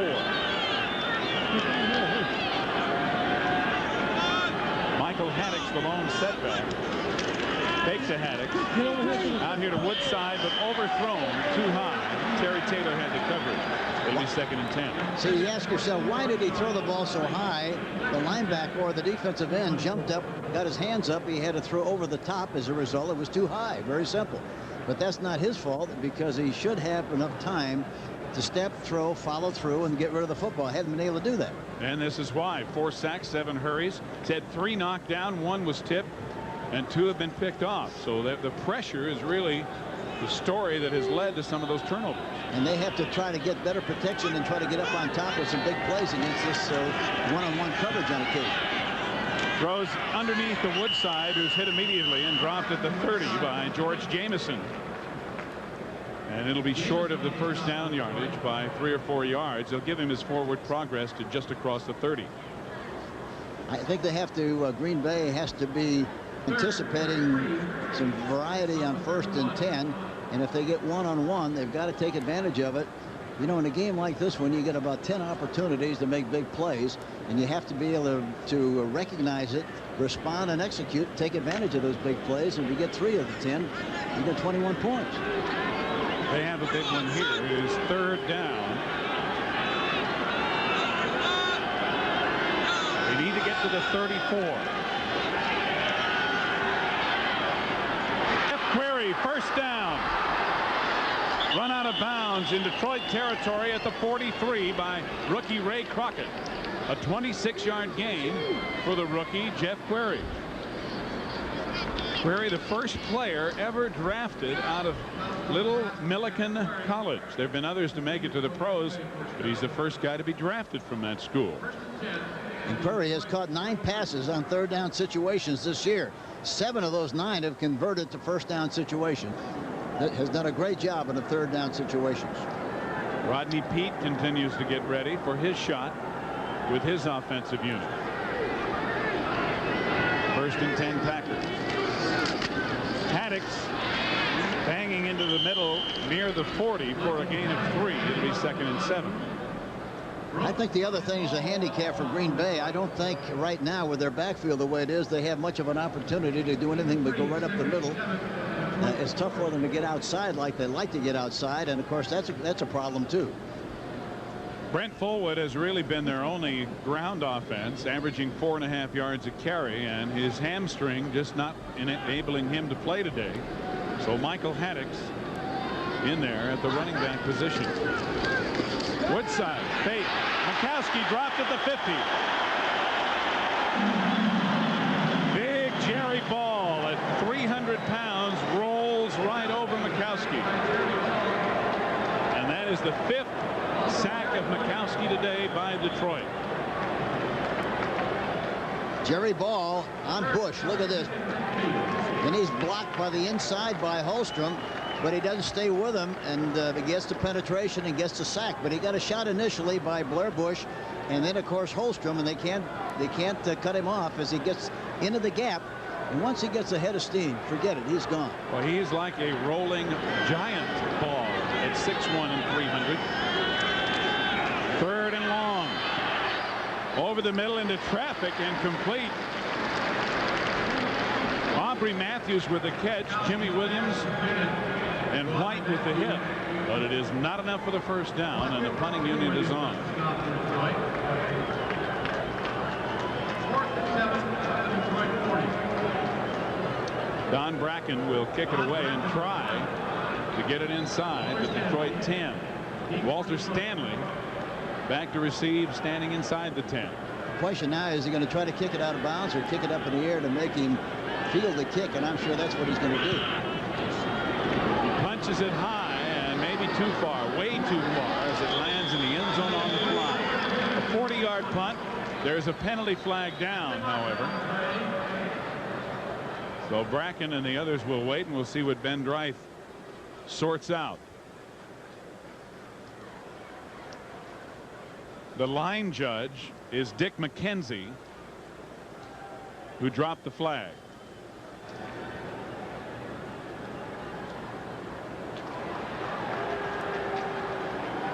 Holding on number 35 after the ball's in the air. Detroit keeps the football with a 10-yard penalty. So the call goes against White, and so it'll move it back to the 10, where it'll be first down for Detroit. And let's see if we can pick up William White's holding penalty. Now here you see White, and he is holding number 35. He's got a headlock or an arm, some kind of a wrestling hold.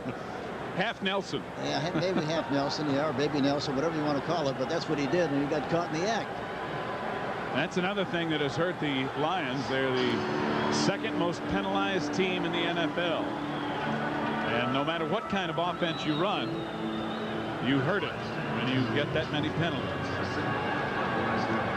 So now, as you said, Hank, field position can change in a hurry, and it's the Lions who are backed up at their own 10. You're right. Now the defense has to rally around and make them hold them here, make them kick, make something happen where they get good field position, and this whole thing could change. It could flip-flop in a hurry.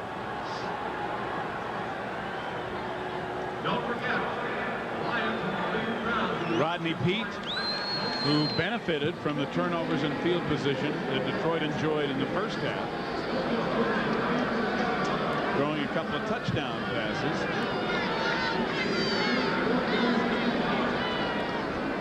A reminder that next Saturday here on CBS Sports, college football, and the Butkus Award nominee Andre Collins and that Penn State defense will try to stop the Notre Dame offense, and of course the Rocket, Rahig Ismail.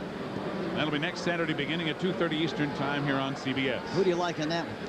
I got to go with the Irish. I mean, they just. You're going to go way out on a limb. Yeah, I'm going to take a real flyer on this one. Brave. That's a brave pick. Why? Do you think Penn State can do it? No. I mean, they're playing at home.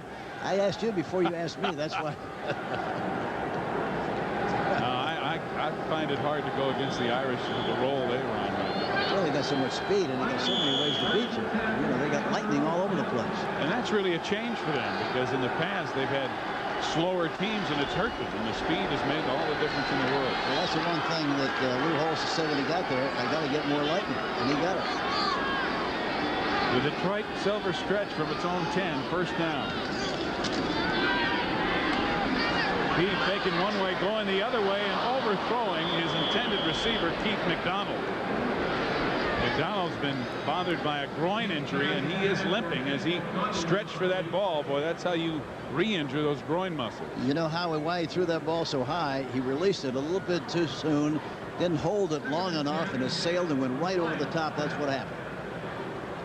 So it is second down and 10 as the leaders in that division, Chicago, are shutting out Pittsburgh in the NFC Central Division.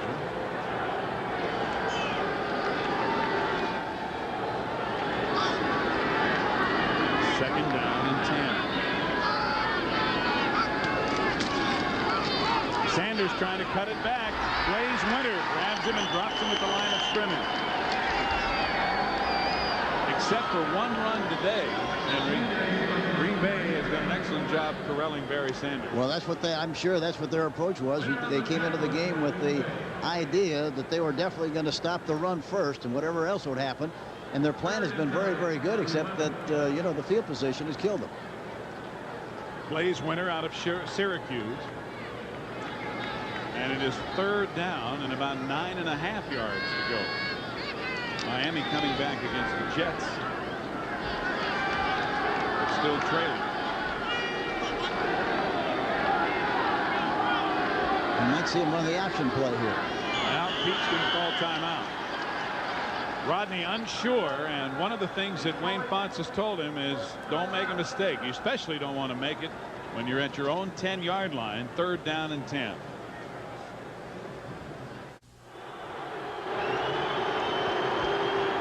Just under 11 minutes remaining in the third quarter. Rodney Peete talking to Mouse Davis and Wayne Fontes, calling timeout with a 3rd and 10. This was just a few minutes ago before Peete went back on the field. And I think what they're talking about is the possibility of running the option play. If they have 3 receivers on the left side and only 1 on the right side, we might see the option play run to the right side. If they got too many folks over there, they got 2 outside, they won't run it. They're probably looking for it, and Detroit does have 3 receivers on the left side. So Peete drops back under pressure, and he's going to be hauled down at about the 11-yard line by Tim Harris. Tim Harris likes to say the defense has a roll call to the ball, and he's usually the leader. Now I think they changed the play in a line of scrimmage, and they go to the outside. Look at this. Tim Harris, number 97. There you see him coming inside the block. Sanders was trying to block him, but he went inside of and around Sanders and made the sack on Peete. So Jeff Query drops back to about his own 42. Jim Arnold will kick it from about his own goal line. Boy, what a beauty. He booms this one out of there. Query at the 35. To the 49, and Jeff Query, who is the fastest runner on the Green Bay team, brings it back 15 after a 54-yard punt by Jim Arnold.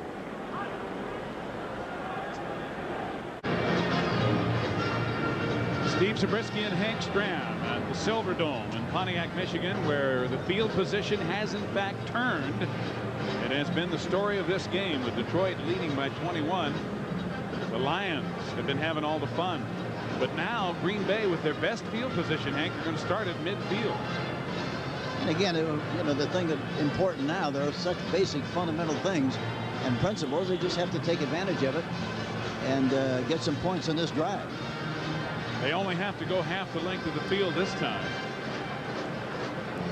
After a 54-yard punt by Arnold, Jeff Query brought it back 15 yards. Packers have only managed a field goal. Majkowski under pressure has it tipped and knocked away. Aubrey Matthews couldn't hold on.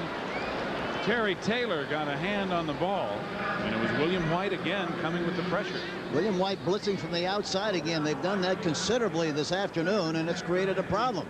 They haven't been able to pick him up. He gets a free shot at the quarterback, and he's got good execution, good anticipation. Has gotten off the ball good and got a good rush on the outside. Nobody touches him.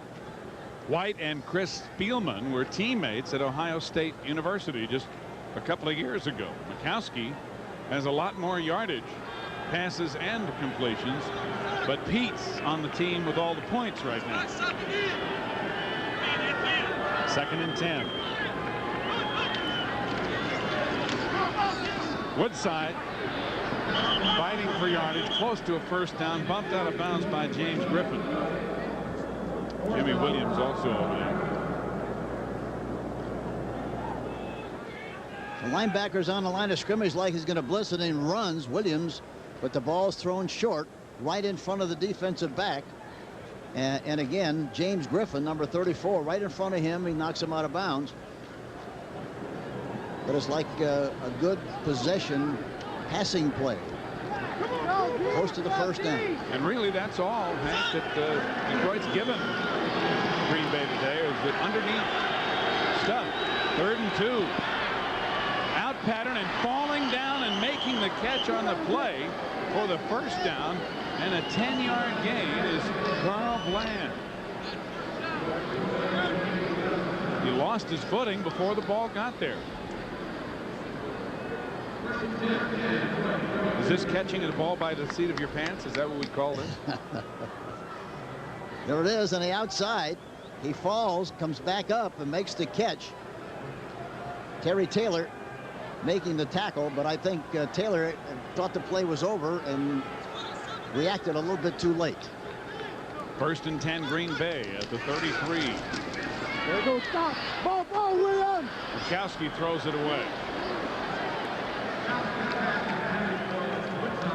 Keith Woodside was running down the near sideline, and he really hadn't even turned on the play when Majkowski threw it out of bounds. But again, Majkowski under pressure. Okay. Detroit not only, Henry, going to have to do something. I mean, Green Bay is going to have to do something about Detroit's defense downfield where it's been very good, but they've got to pick up the pass blocking. Well, they got to, they got to give Majkowski a little bit more time to read secondary and third receivers with the pressure they've got, you see. 2nd down and 10. Over the middle and complete to Sharp. Down to about the 22. It's going to be close to a first down. Benny Blades and Ray Crockett stopping him right there. Now Holmes playing him on the outside, gives him the inside. He just takes it. In a covey of 3 people, the ball is thrown right on the money. And again, the big difference that time, Steve, was the fact that Majkowski had all the time in the world that time to throw the ball. The step, follow through, that's the key. He can't be throwing the ball falling away with a rush like he's got most of the time this afternoon.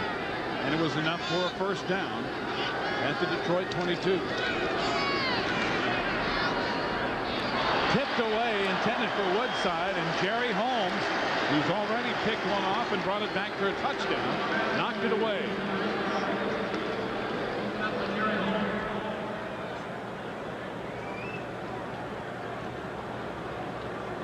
Watch Jerry Ball, number 93, in the nose of the center. Bush, Hallstrom. They could give him a little double dip, and they got 2 guys on him, and it's still hard to keep him from putting pressure on the quarterback. He's a snootful. He's tough. 300 pounds of bowling ball. And he said the other day he felt he was a little bit too heavy, so he lost about 6 pounds. Fell a little quicker. Yeah, in about 4 days he lost about 6 pounds. When you weigh that much, how can you tell when you lose 6 pounds? I guess he just jumps on the scale and finds out. We'll be back. The Detroit line. 8:14 to go in the third. Seventh play of this drive, which started at midfield, and it is 2nd down and 10 for Green Bay. Just outside the Detroit 20. Majkowski trying it again and getting it to Sharp for the first down. Out of bounds inside the 10. Majkowski had Eric Williams in his face, but he got it away for a gain of 13. Here's a replay of it. Sterling Sharp looking to his left all the way, knew exactly where he had to go to make the first down, and he gets that extra little effort and picks up another 2 or 3 yards on the play, but a well-executed pattern by Sterling Sharp, number 84. The ball is just inside the 8. It is 1st and goal, the first real touchdown scoring threat the Packers have had today. Woodside looking for a hole. He dropped the football. Did he fall on it? Yes, he did. Yeah, I think it fell right down below where he was, and he was able to pounce right on it on the play. A lot of times they hit something and the ball bounces around, but that time it just fell right below where he was, and he was able to recover that fumble. And that time they ran where all the folks were too, Steve. It looked like the advantage would have been running to the left side, but they ran right and got stuffed on the play. At about the 6.5-yard line, 2nd down and goal.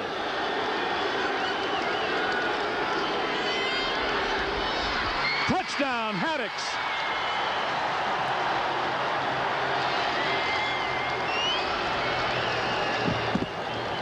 Michael Haddix with just a little release over the middle for the first Green Bay touchdown of the day. And Haddix, number 35, watching. He hangs in there, watches for just a second, and then goes on the inside. Linebacker Spielman is trying to cover him on the play, gets there too late, and he goes in for the touchdown. That's a big touchdown for the Green Bay Packers. Chris Jackie on to attempt the extra point, and it is good. So the Packers come back with a 50-yard drive. Michael Haddix playing for the injured Brent Fullwood, taking the pass over the middle. And with 7:23 to go in the third, Green Bay inches closer, now trailing by 14. This is where field position can be turned into momentum, Hank. Had they not scored, might be a different story. Well, that's why we talked about it earlier, and they had to get something going, and even though they didn't get a touchdown on that first drive, they wound up with excellent field position. They did move the football, and that gave them the impetus to get the ball back and then get in here and get a touchdown. This thing, you know, as I said at the end of this first half, it's a long way from being over. This team is an outstanding team in the second half. And this tells the story of the cardiac back. Against New Orleans, they trailed by 10 in the fourth quarter. They won that game. I mean, they lost that game by 1 point. Against Atlanta, they were down by 15 points starting the fourth quarter. And against the Bears, they won 14-13, trailing by 6 going into the fourth quarter. On all of those wins late in the fourth quarter. Yeah, I think what they ought to do, I think they ought to tell the team when they get on the field at the beginning of the game, they're down 15 points. To make them think it. Mel Gray stays on his feet and squirts out to about the 24. So Gray, who was out a little bit with an injury, Detroit's glad to have him back. Well, a 50-yard scoring drive for the Packers in 9 plays. And Majkowski's 6-yard pass to Haddix doing it. Majkowski 5 of 8 on the drive. So his pattern of being better in the second half, so far today at least, continues. Took him a little over 2.5 minutes. Now the defense has to take over again. They got to stuff him here. And Rodney Peete and the Lions would like nothing more than to move this football down the field and keep possession. Peete chased out of there. Harris after him, but he runs out of bounds with a good gain out across the 30 to the 32. Robert Brown almost got him, but he got away in the backfield. And that's the important thing about this offense. You have to be able to have good escapability skill, and Peete has that. He felt the pressure and jumped right out of the pocket.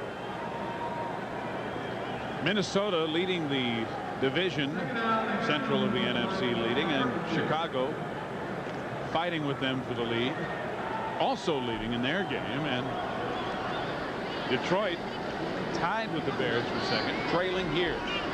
7 minutes to go in the third.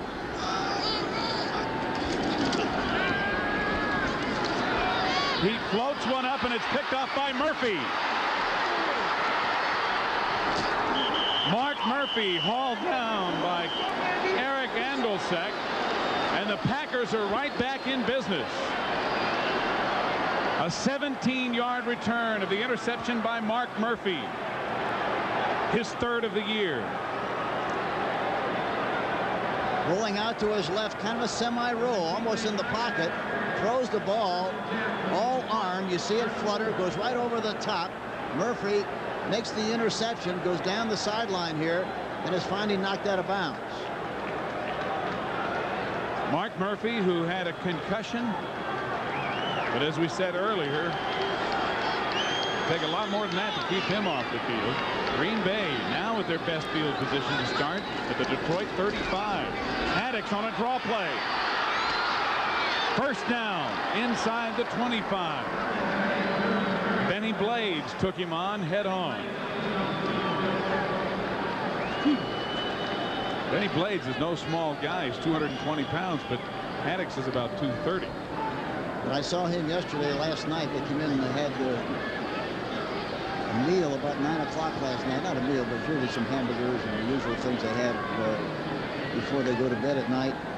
And I was surprised to see how big he is. He looks bigger in person than he does with the paraphernalia on. Well, they moved the ball back to just inside the 25, and now they're going to measure, and it's going to wind up being short of a first down. It looked like Haddix had made further forward progress, so it'll bring up second and inches.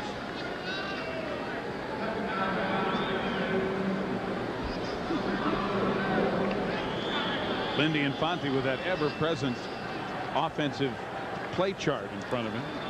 He does a great job of calling plays. He really does. He keeps a lot of poise, knows exactly what he wants to do, and gets it done. Haddix hitting inside and getting the first down and a couple of more, but a penalty flag goes down on the play. There again, they were in a double zone that time, and the place to hit, if you can, is the tight end or a back in the middle area, very much like they hit Haddix for the touchdown. That's wide open if they want to throw it again against that double zone. Defense grabbed the face mask, so it's a 5-yard penalty, and it's a first down. So that will override the run by Haddix. Tom Barnes, the head linesman, made the call, and the mark-off will move it inside the 20. Let's see if we can pick it up on the left-hand side of the screen. Straight ahead shot. Uh-oh, there you see it. You see it. He grabs it with the left hand. Grabbed the face mask, and very obvious that's what happened.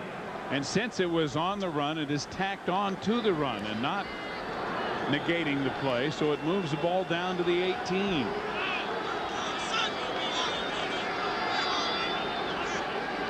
Tight end would be a good guy to throw the ball to here. Majkowski's going to run it.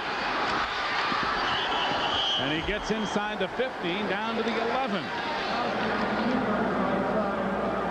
Majkowski's got some fine athletic ability. And one of the things last year that they tried to get him to do was corral it and control it a little bit, not just run all the time. Well, there you see, Spielman was playing man for man. He was out there, then he had to go back in with the back in the middle area. Majkowski saw it and decisively ran to the outside and ran out of bounds and made a nice gain in the play. And in this game today, Majkowski is the leading rusher for the Packers with those 28 yards. That shows you how desperate the Green Bay running game has been. Well, that's it. He's the only one who can get outside. On second down, Haddix down to the 1.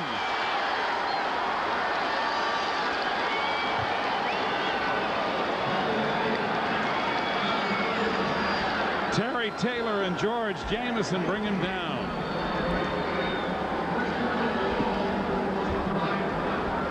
That's nothing but a vanilla draw play. Very simple. Everybody takes the defensive people where they want to go. They have a nice cavity right up the middle. good faking on the play, and he takes it right on down to about the 1.5-yard line. It is first down and goal. The Packers are right back down there. Fontenot in motion. Workman, touchdown.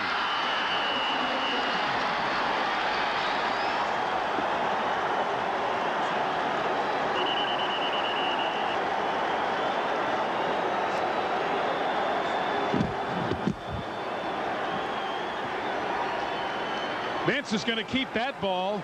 His first NFL TD running. Everybody was going to the inside. The linebacker has to fill that hole. He overran it a little bit. He went right inside of Spielman. That's what happened on the play, and he goes in for the touchdown. That linebacker's got to come right off the tail of the defensive end who's pinching to the inside. Jackie with the extra point, and the Packers have in fact turned field position into points and got the help of a turnover. Workman dropped the ball, but he'd already crossed the line and he recovered it anyway.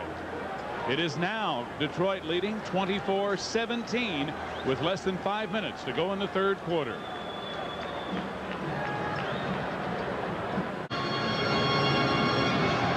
Wayne Fonts looking at a tale of two halves here, as it was all Detroit in the first and it's been all Green Bay in the second, and it's been similar, Hank, because turnovers in field position. They got to really get it back, and the way Green Bay is playing now, that's going to be tough. They have to make something happen. Elmgray from the 3, just across the 20 where he's blasted. Well, it was a short scoring drive again for the Green Bay Packers. After the interception, they had to go only 34 yards. All 5 plays were rushing plays. To point up what you felt, Hank, was important, they're running the football. And here's what set it up. Mark Murphy's interception.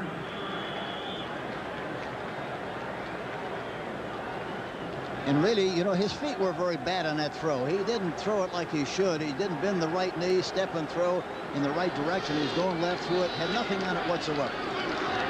So Detroit now needing to maintain possession of the ball. And Peete, under pressure, gets away, but not for long. Hammered to the ground by Scott Stevens.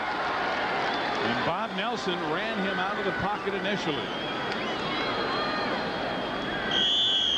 That is the second sack of Rodney Peete by the Packers.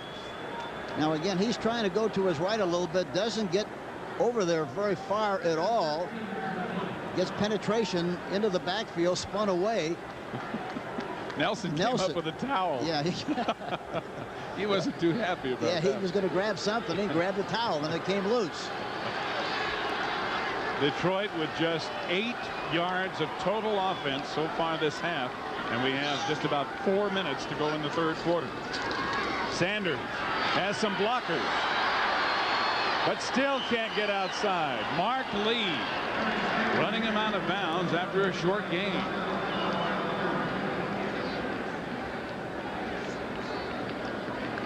After Sanders' 168-yard day against Detroit 2 weeks ago, it's been a little different. He has only 44. Here's a great illustration. They talk, the Green Bay Packers talk about roll call to the ball, which means they're all going to be accounted for. They want everybody around that ball carrier at the point of attack here on the outside. Look at all the white shirts. 1, 2, 3, 4, and about 2 more coming from the inside. Great pursuit. A reverse, some kind of a counter play would be appropriate, and maybe would be a good play for the Lions where they're chasing right now. Peete has time, but Harris finally gets there.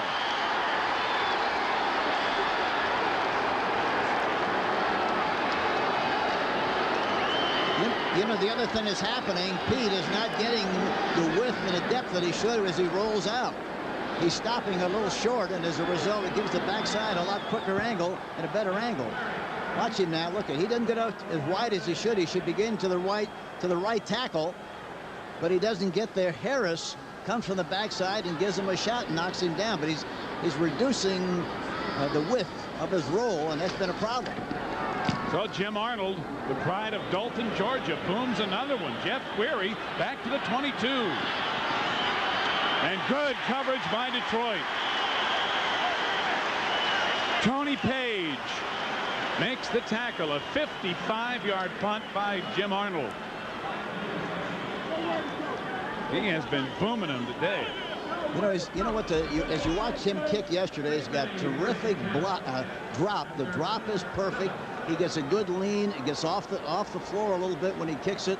Gets a great follow through. He's really one of the outstanding kickers in the National Football League. Miami has come back to take the lead over the New York Jets. And New Orleans still leading New England. Green Bay 1st and 10 at their own 26. Good protection for Majkowski and a completed pass to Clint Didier, the tight end, at about the 34.5. Nico Noga hit him right away. Watch Majkowski when he backs out like he does here. He doesn't turn his shoulder and go back in the pocket. He just backs out there. He's going to throw the ball left. Most of the time he'll throw the ball left. Here he is. He comes back. That's a tendency of most quarterbacks in the National Football League. When they drop straight back, they invariably are going to throw the ball to the left side. As opposed to turning and sprinting back. Draw play, Haddix.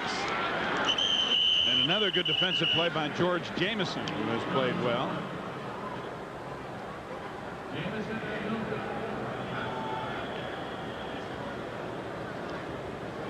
We're in the Silver Dome in Pontiac, Michigan. Steve Zabriskie and Hank Stram, and the story of this game can be told in two halves, Henry. Detroit had the field position and capitalized on turnovers in the first. Here in the third quarter with 2:28 remaining, Green Bay has had the field position and capitalized on a couple of turnovers. And that's why you got to remember, that's why they play 4 quarters. And invariably people, you know, they see their team is down by 2 touchdowns or 3 touchdowns.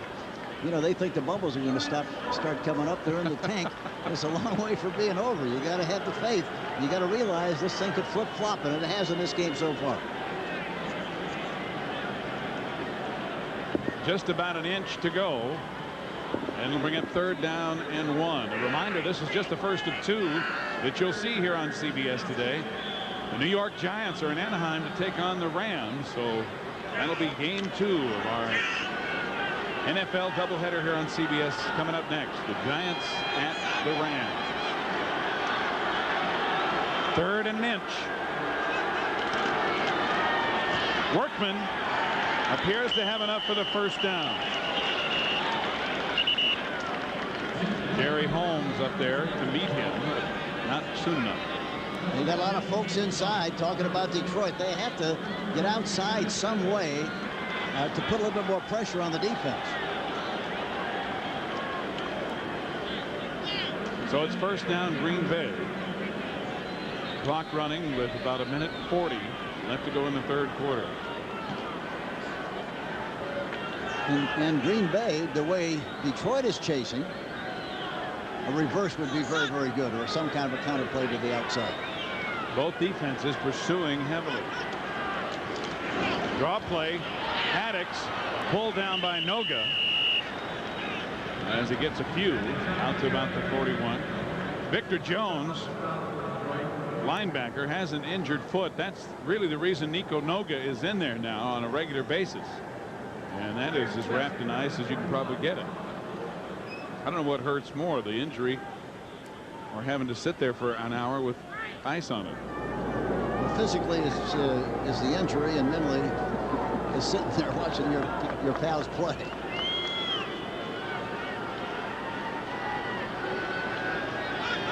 Final moments of the third quarter.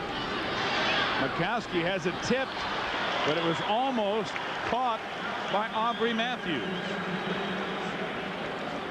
41 seconds remaining in the quarter. You know, Majkowski's nickname, Hank, as you know, is Magic Man, because when he first came out of Virginia, the fans thought it was Majkowski because the J is not pronounced. And he has had a little magic going for him late in ball games, and he's trying to do it again here. It's very obvious that the people who were calling him that were not Polish. And he's Polish on both sides of the family and proud of it. 3rd down. Complete to Jeff Query for a first down. Another big play for Green Bay and a gain of 10.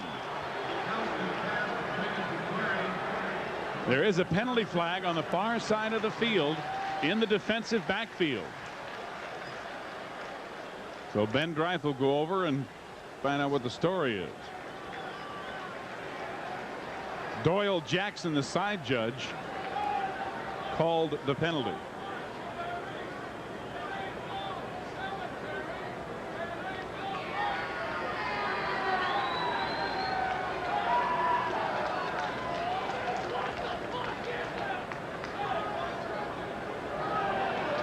And it is against Green Bay. So it'll wipe out the first down play. That's only the second Green Bay penalty of this game. Both have been on the offensive unit.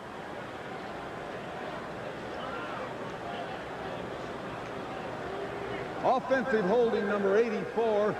That's a 10-yard penalty. Now, where are they going to mark it from? Because it's on Sterling Sharp, the wide receiver. And where did it take place? The flag was way upfield. Hank, the flag was about the 42 of Detroit. So this, marking it from the spot of the foul is going to be a big call here. Pass play, because the ball's dead there. We have to go to the line of scrimmage, but the offensive hold is way down the field. We still go to the line of scrimmage back 10 yards. Well, that answers that. One thing about Ben Greif, he's going to tell you exactly what the situation is. But I don't understand that, and neither does Infante or Sharp. Well, I guarantee you, the way Ben says it doesn't make any difference whether it's right or wrong. The way he says it, you believe what he says. I see Lindy's going to ask the head linesman, Tom Barnes, about it, because holding is supposed to be marked from the spot of the infraction. Now, and Ben Greif said that the holding was way upfield, but we're still going to do it from the line of scrimmage.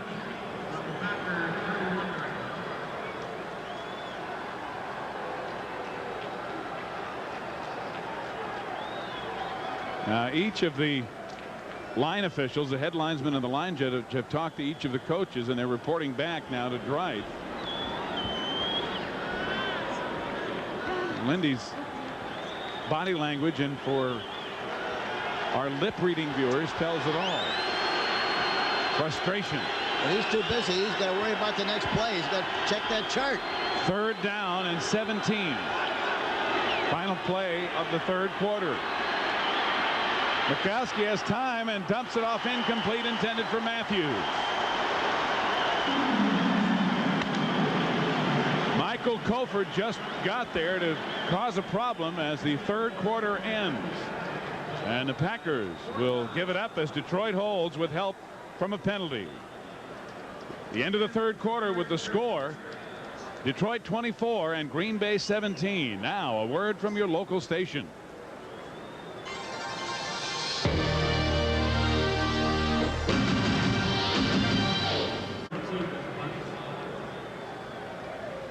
Don Bracken on to punt for Green Bay as we start the 4th quarter. Steve Zabriskie and Hank Stram with you at the Pontiac Silverdome. Walter Stanley back to receive it as Detroit leads 24-17.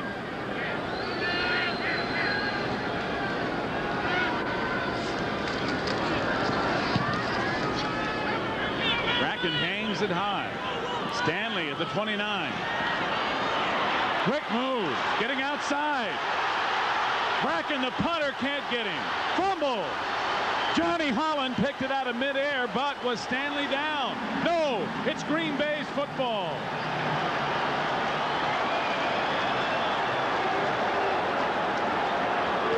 Johnny Holland picked it out of the air, but did he get both feet in bounds? One official says it belongs to Green Bay.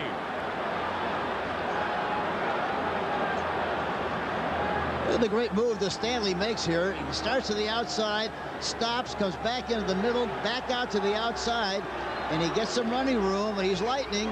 Makes a good. Now the punter tries to make the tackle, but misses. He gets hit from the backside, knocks the ball loose, and watch Holland catch it like it's a lateral pass. And now it's Green Bay ball, 1st and 10. Herman Fontenot and Brian Noble making the hits, and Johnny Holland picking it off in midair. So Green Bay with another break after Walter Stanley with an exciting return, had gotten the ball deep into Green Bay territory. We see your sign, and Barry Sanders hasn't done much today. The Packers still trail, however, but they have it 1st and 10 at their own 36. Majkowski incomplete, intended for Matthews. It was thrown behind. So it'll be 2nd and 10. Let's go to New York. Well, we'll wait to go to New York and an update from Brent because we have a penalty on the play. And it is against Detroit. Number 54 on the defense. Late hit on the head of the quarterback. That's 15. That's Chris Spielman, the penalty. So now let's go to Brent Musburger for an update. All right, Steve, we want to update you now on the Minnesota Vikings. Tampa Bay had closed to within 7. Vikings very impressively went the length of the field. Herschel Walker for the touchdown.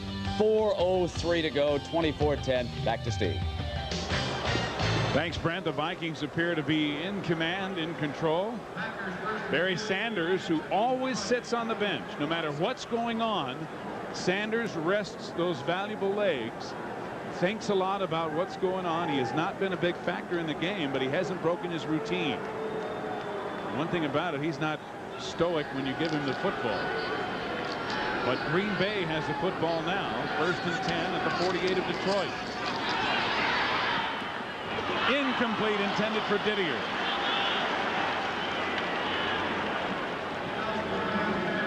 It'll be 2nd and 10. And that was a good read on the part of Majkowski on the play. Look at here again. He can step and throw. Crossing pattern by the tight end Didier. Is thrown out in front a little bit. He cannot hold on to it. Looked like he might hold on to the back point of the ball, but it slipped out of there and falls incomplete. After a very hot 3rd quarter, Don Majkowski has missed on his last 4 passes.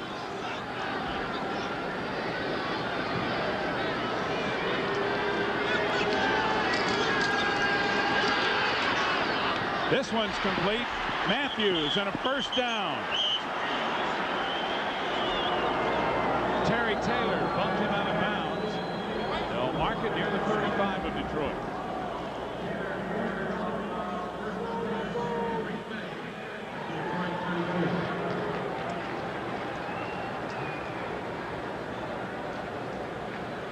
You think it's easy to be a quarterback? Look at this. Back in the pocket, steps and throw, and there he gets the shot. Right about the time he delivers the ball, threw it perfectly, just perfectly on the outside, right before he was going to get a shot, right in the shoulder pads. And it was Spielman who gave him the shot, and Spielman was just called for a penalty earlier for doing that, only it was a higher hit. Majkowski throws it over the head of Fontenot. It was Taylor who had the coverage on that side. So again, it's 2nd and 10. It looks like he's hurt his hand a little bit. He had no chance whatsoever. Look at it. You got to throw over the top of the rusher, and hurt his hand. It looked like Jerry Ball again, 93, getting the penetration. It looked like he hurt his hand on a follow through. Might have hit his helmet. That can happen often, and Majkowski trying to shake it off. Sometimes you hit your forearm or your elbow, and then your fingers go numb for a little while, too. Can't feel the ball. 2nd and 10. Detroit 35. Complete to Fontenot and bumped out of bounds near another 1st down. And again, it was Terry Taylor who's getting all the work in the Detroit secondary. He's really getting a lot of business, and of course, see that it's just amazing what a big difference it is when he's got time to throw the ball, can step, follow through, and has got plenty of room to throw. That was right on the money. Another beautiful throw by Majkowski. Another difference from the 1st half, Hank. They were not giving him time. Now, Green Bay doing a much better job of picking up the Detroit rushers.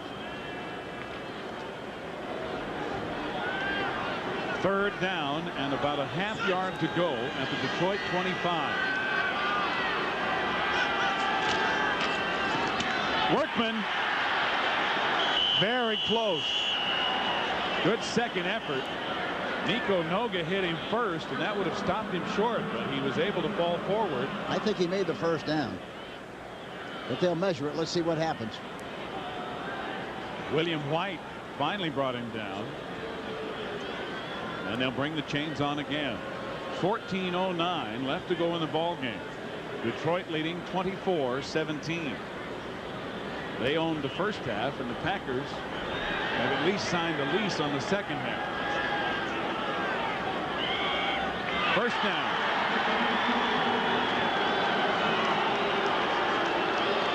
This is after the play, and look at Majkowski shake that hand again. Yeah, it had to bother him a little bit. It all depends whether it hit him on the back of the hand or whether it hit the finger. Sometimes, you know, you jam the finger and you really got a problem. Evidently, it didn't do that, and he's all right. Maybe just a little pain on the backside of his hand. If his fingers, particularly the last two fingers on his hand, should start to swell up, it could be a problem.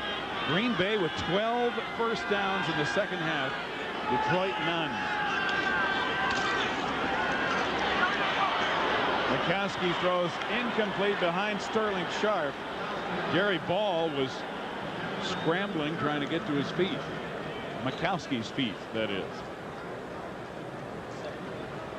And again, it's 2nd and 10. The Packers have had an incompleted pass on every first down this drive. And there you see the two backup quarterbacks. Blair Keel is number 10, and number 8 is Anthony Delwig.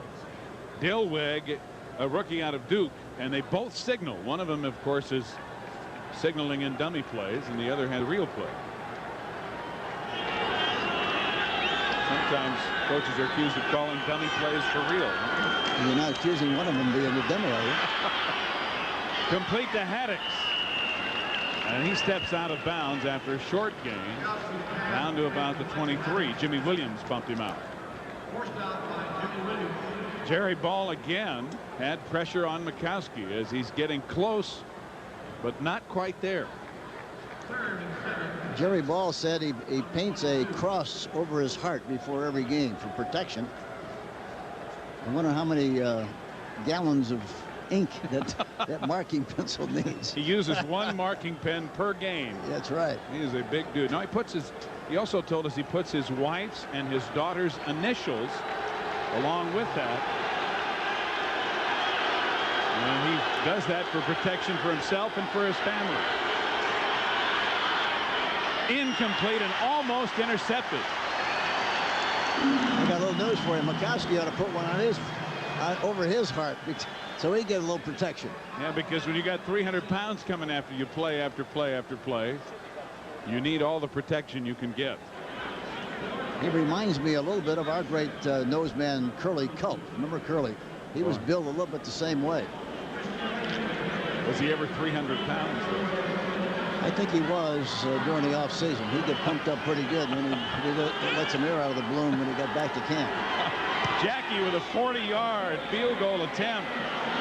And that style of his to punch that ball with a short leg kick drives it right through there.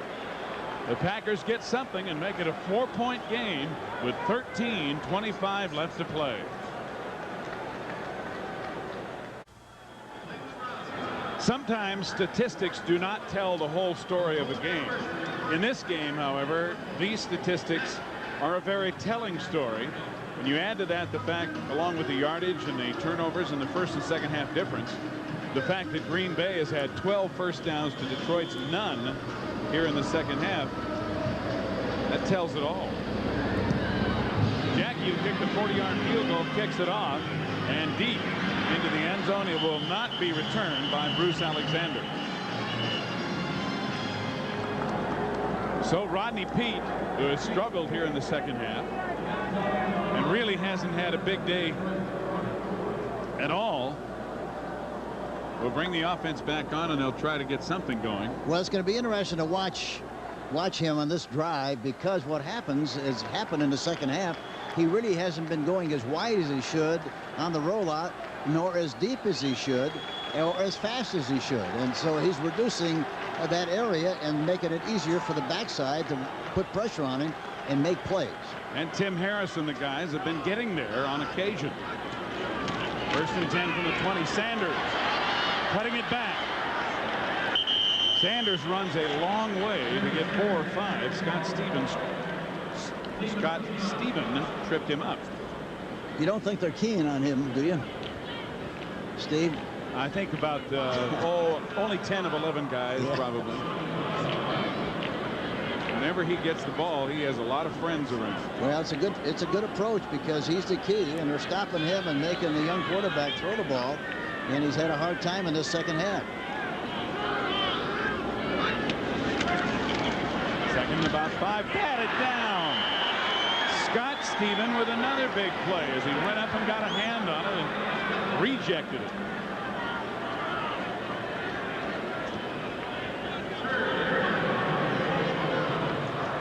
Now as he rolls out, watch the tackle. When he rolls out and going to throw short, that left tackle, Brown, has to block a little lower to get the hands down. He blocked him very high. The hands went up and he knocked the ball down. That was the problem, and that was the key to the lack of success on the play and the success of the defense on the play. And Detroit's defense continuing to make the big play. 3rd down and 5. Peete has time. Harris gets there, knocks it loose. Still loose. And Detroit retains possession. Each team had a couple of chances to come up with the ball. It looked like Lomas Brown, number 75 for Detroit, finally fell on it. Now watch Rodney Peete. He's almost directly behind where he was when he started. Didn't get much of a roll at all. Doesn't know where to throw the ball. Finally gets hit from the outside. The ball falls loose, pops out of there. But Detroit now recover the fumble and they have to kick. So Arnold comes on and Jeff Query is back deep for Green Bay. Arnold drives this one and Query takes it at the 39. Turns on the speed and gets up to about the 48. Where he's dropped by Toby Caston. And again, it's Green Bay that will enjoy the good field position. Only a 39-yard punt by Arnold and an 8-yard return.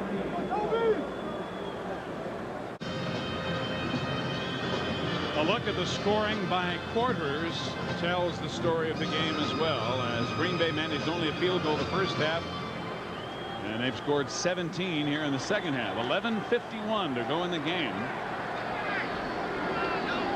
Now Green Bay just trails by 4.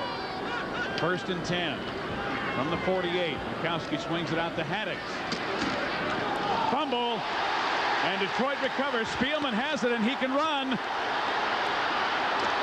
down to the 41.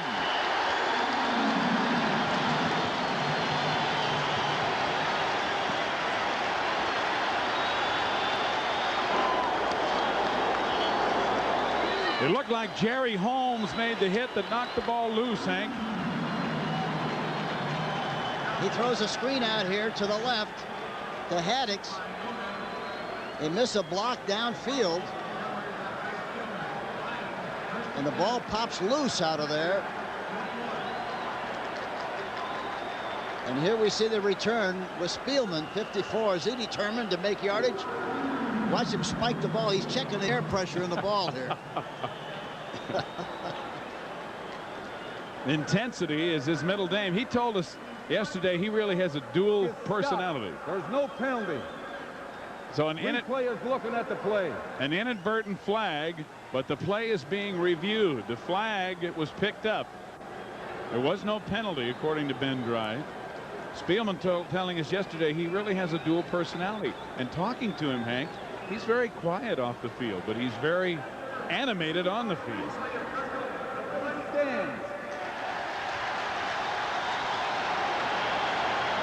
Here's a shot of it again. But what happens is the key there is the fact that he's got the ball in the wrong arm. He's got the ball in the right arm with all the pressure coming from the inside, and they knocked it out of there. That's what created the fumble. And the ball did come out before he went down. So the play reviewed, but it stands, and Sanders has it. Sanders with a first down. Run out of bounds by Johnny Holland and Mark Lee at the 31. You know, Steve, it's amazing. In the first half, Green Bay had to go 78 yards on every drive, and Detroit had to go 51. So far in this game, it's totally reversed. Now Green Bay has only had to go 58, And Detroit, for the exception of this last drive, has to go 81. So there the flip-flop was, and that's what made the difference in this contest. Blaze Winter having a problem with his left ankle or knee, and hardly put any weight on it at all as he was shaken up on that play, the run by Barry Sanders. He is not the first nor the last defender that Barry Sanders will turn around.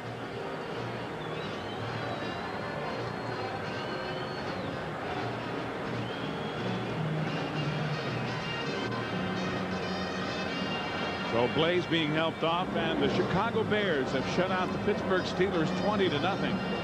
Trying to keep pace with the Minnesota Vikings, who are playing Tampa Bay today and leading, as Brent showed you in the update recently, 24-10 in the fourth quarter over the Buccaneers. So now with Chicago winning their game, they are 6-4. Green Bay trying to come back here and keep pace. If Minnesota holds on and beats Tampa Bay, they will be 7-3 on the year, and they will maintain that margin over Chicago. Blaze walking it off, now jogging it off. So apparently a sprained ankle. The Lions' first down since the second quarter. Sanders again. Sanders inside the 30 to the 27. We're at the Silverdome in Pontiac, Michigan. Just over 44,000 on hand here today. Steve Zabriskie and Hank Stram, and the NFL on CBS. And what was a runaway in the first half by Detroit, Hank's turned into a pretty darn good game. It really has been very exciting in the second half. It was exciting for Detroit in the first. Now it's exciting for Green Bay in the second. Now Detroit has good field position. They have to do something here with this on this drive. Sanders has it again. Nowhere to go. He runs right into Robert Brown and Mark Murphy. Sanders with about 62 yards rushing on the day so far. This game now final as the Vikings have defeated Tampa Bay 24-10. So the top two positions remaining the same in the NFC Central. Minnesota now moving to 7-3, and again Green Bay in danger of falling another game behind if they cannot come back and win. With Detroit leading here 24-20. 10 minutes to go in the game. Sanders with a juggling catch inside the 5.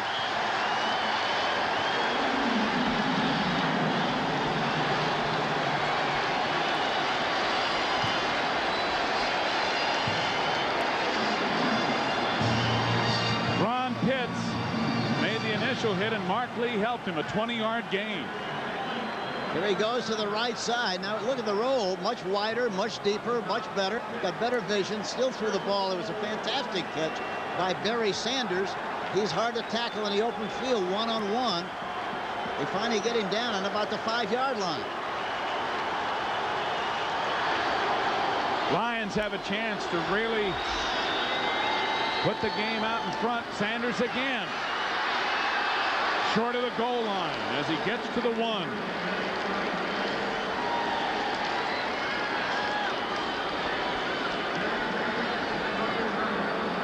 Sanders, like all great backs, have great vision. Instinctively, they know where to make the breaks. They anticipate the cuts. They anticipate the blocking angles. And that was some of the greatest runs he makes is 5, 6, 7, 8 yards. That's right, and that's in keeping with great running backs. I found it interesting, Hank, in talking to him yesterday when he told us he needs about 15 carries to get going and get into the flow. And he's just getting to that point now here in the fourth quarter, getting it rolling. Well, I asked him that question yesterday and mentioned the fact that I've asked every great back in the National Football League the same question. Walter Payton, Dickerson, all the great players, and they all say the same thing with the exception of Payton. They all say they have to carry the ball 12 to 15 times to get in the flow of the game, and that's why they're much, much better in the fourth quarter than they are in the first. Green Bay calling a timeout to the delight of the Detroit fans with a 2nd down and goal just outside the 1. And a reminder that next Saturday here on CBS, it's college football, and #1 ranked Notre Dame will be up in the Happy Valley area of Pennsylvania to take on the Nittany Lions of Penn State. It'll begin at 2:30 Eastern Time. CFA college football here on CBS next Saturday.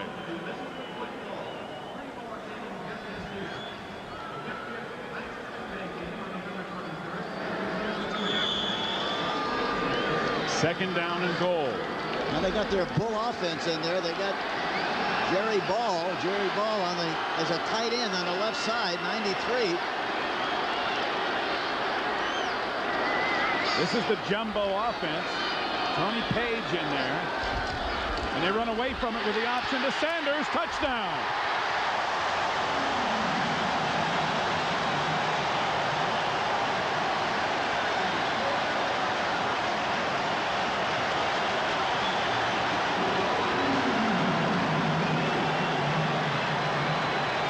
They usually run this option play away from the triple wing. This time they had a double tight situation and broke the tendency and got out there clean as a whistle. And Sanders goes in for the touchdown. You talk about destroying the keys and the tendencies they established coming into the game. That's exactly what they did with that option play. Eddie Murray adds the extra point. 8:34 left to play in the game. Just when Green Bay was coming back, a turnover jumped up and bit him again, and Detroit has made them pay.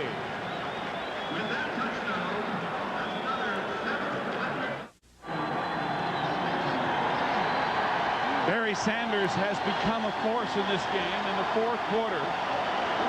Green Bay back to an 11-point advantage with 8:34 to play, and Eddie Murray to kick off after Sanders' 1-yard touchdown run.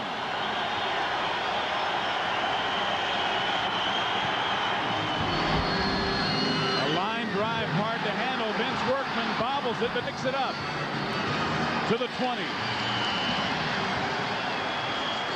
Because of the turnover and Johnny Holland picking the fumble out of the air, it was a short 41-yard scoring drive, and it took 3 minutes for Sanders to run it in. Let's go back and look at the play. And Hank, as is usually the case, you can almost always find a possible holding on a play. Watch the holding. Medic, who's a tight end, look at him grabbing the shirt on number 54, Scott Stevens, but it wasn't detected. Green Bay sees that, they're going to squeak a little bit. First and 10, Green Bay. Now their job a little bigger with less time. Lots of time for Majkowski, and he completes it to Haddix to the 29. Chris Spielman made the tackle. And again, they're getting to Majkowski, but a little late. Here we see Majkowski just going right back in the pocket, standing there, doesn't step and throw, and after he got rid of the ball, he got a shot. It looked like that could have been a late hit because the ball was gone when he got the hit. Had they hit him up around the shoulders or the head, it probably would have been a penalty. Second and short. Majkowski with all day now runs out of time. Incomplete. Almost intercepted by George Jameson. It was intended for Sterling Sharp. You have to give a lot of credit to the Detroit defensive backs that time. They covered extremely well, and Majkowski was trying to figure out where to throw the ball. He had plenty of time, but nobody was open. Well, the Detroit defense has played very well all day long. Green Bay has had very few sustained drives. They've been able to score in the second half by the same method that Detroit used in the first half, field position and turnover.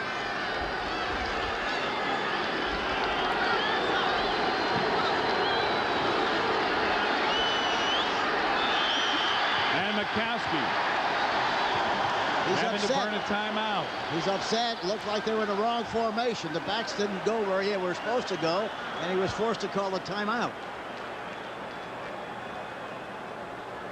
And when you are down by 11 in the fourth quarter, the last thing you want to do is burn a timeout unnecessarily.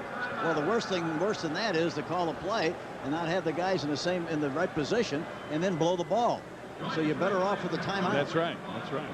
Man, you can see where he would be frustrated, Hank, because this is deep into the season. It's not like, you know, it's the first game or two when guys may not be quite sure. A reminder, up next, doubleheader action here on CBS. The New York Giants, LT and company, at Los Angeles. Anaheim, to be more precise, to take on the Los Angeles Rams. That should be a major game, a victory much needed by both teams as the Giants lead the NFC East and the Rams are on the skids.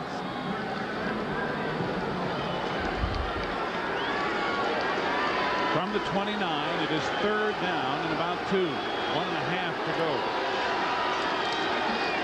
Play action. Majkowski has the first down and gets out of bounds. That's a pretty good call because they're bunched in there so tight. They're not worried about anybody going outside. And somebody has to do it on occasions. And Majkowski did it on the short yardage situation. Had plenty of room to spare and a lot of running room on the play. The way both teams are chasing, it looks like a reverse of some kind would be extremely successful. Well, you've been saying that now for 3 quarters, and we haven't seen one from either team yet. Yeah, and the way they're running and chasing after that ball, it looks like it would be beautiful. And that ball you just saw, Jerry Ball's been doing a lot of the run chasing. 1st and 10, Green Bay. Haddix breaks a couple of tackles and gets out to about the 43. Chris Spielman again makes the stop for Detroit.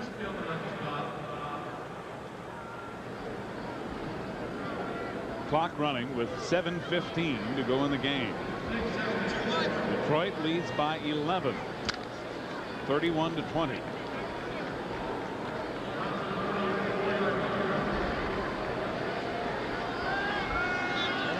Second down.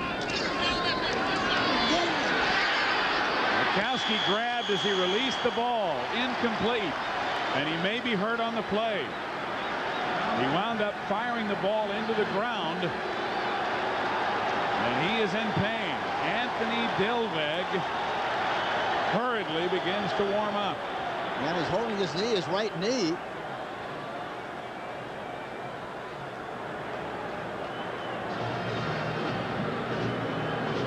So he had the right foot anchored, and as it was anchored, he got hit.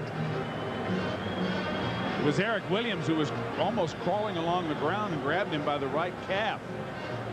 So he could have gotten his knee twisted in the course of throwing the pass.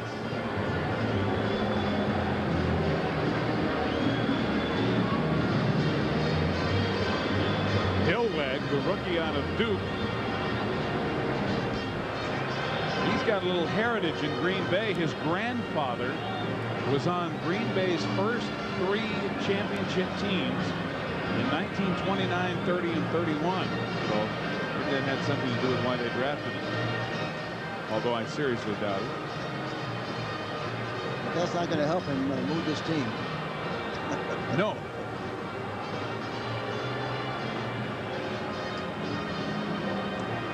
Majkowski with 300 yards again today, completing 30 of 50. Whether or not he can continue still remains to be seen, but he's getting up. Tonight on CBS later after the second half of our NFL doubleheader, it'll be 60 minutes, kicking off the Sunday night lineup as usual, followed by Murder, She Wrote, and Dennis Weaver starring in the return of Sam McLeod. That's all tonight, later right here on CBS. Well, that's a good sign. Majkowski walking fairly normally. Yeah, he's walking pretty gingerly, very frankly, the way he looked lying there on the ground. Earlier today, if you were with us, a very good profile on Don Majkowski on the NFL Today, talking about part of his personal life, his guitar playing and such. So Dilweg comes in on 3rd down and 4 in a critical situation, pulled off the bench out of the shotgun. Over the middle and completing it. Sterling Sharp has enough for the first down at the 49. Griffin and Crockett make the stop. It's really terrific to see a young quarterback come in like that under those circumstances. And the first play is a pass. Shows a lot of poise. A lot of time to throw the ball. Puts it right on the money, right at the numbers. A beautiful shot by Dillwig. He's got to feel good about that first one. And of course, a young quarterback coming into a game like this one completes the first one. Gives him an awful lot of confidence. Majkowski trying to walk it off. Sharp with his 6th reception of the game. Haddix thrown down by Spielman. But Haddix picks up a few with the Detroit 47.5. 6 minutes left to play in the game. A draw play in 54. Spielman comes over there, reading the play well. Here you're coming from the backside and gets a good shot with no interference. Nobody tries to block him. He gets a good shot and nails him right there on a good tackle. Spielman's 10th tackle of the game. And Majkowski is back in there after Dillwig played 2 plays. 2nd down and 7. Haddix splits a couple of defenders. He'll be about a yard short of the first down. Spielman and Williams, the 2 defenders. There is a flag down. And we have a call against Green Bay for interference. Number 33 on the offense. That's offensive pass interference, blocking downfield. That's a 10-yard penalty. 2nd down. So Keith Woodside, the offender. Haddix caught the ball on the other side of the field, 50 yards away. And a penalty wipes out the gain and moves the ball back almost to the Green Bay 42.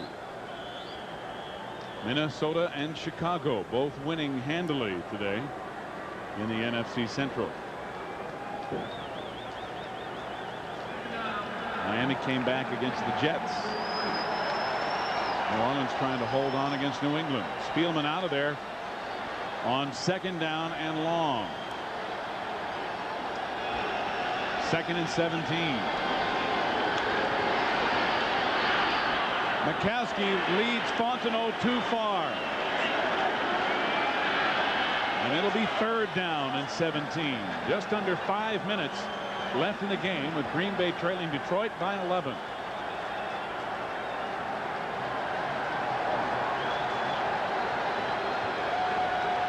What we see here, you know, is a great illustration of how important it is and how good it is for coaches to call the plays from the sideline. Because, you know, a lot of times if you're that far behind and the quarterback calls the plays, he tries to get everything back too quickly. He doesn't have the patience. Whereas the coach knows what the plan is, they follow the plan and methodically get back in the ball game, and that's what both coaches have done here this afternoon. Especially critical when you have young quarterbacks as these 2 teams have. Majkowski stepping up, firing, and completing it. Carl Bland with a 1st down at the 35 of Detroit. Griffin made the stop. A 22-yard gain on 3rd and 17. Bland 83 again. Look at Majkowski step away into the seam where he can get the alley to throw the ball. Bland makes the catch and wiggles his way up for about 3 extra yards of the play. Majkowski over the middle, incomplete and almost intercepted. It was intended for Jeff Query, and Benny Blades almost got to it. And Crockett gave him a good shot right about the time the ball was there. Really a good hit. And another penalty called away from the ball.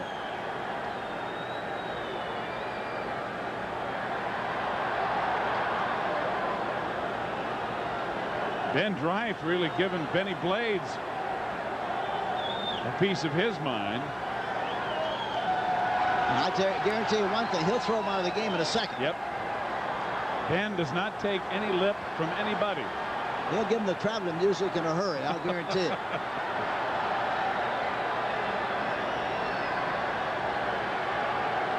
Illegal procedure against Detroit. There's a penalty you do not see very often. Illegal procedure against the defensive 12 team. men on the defense. That's a 5-yard penalty. 1st down. So even though the pass was incomplete, the Lions had 12 men on the field. Well, that's a good defense if they don't catch it.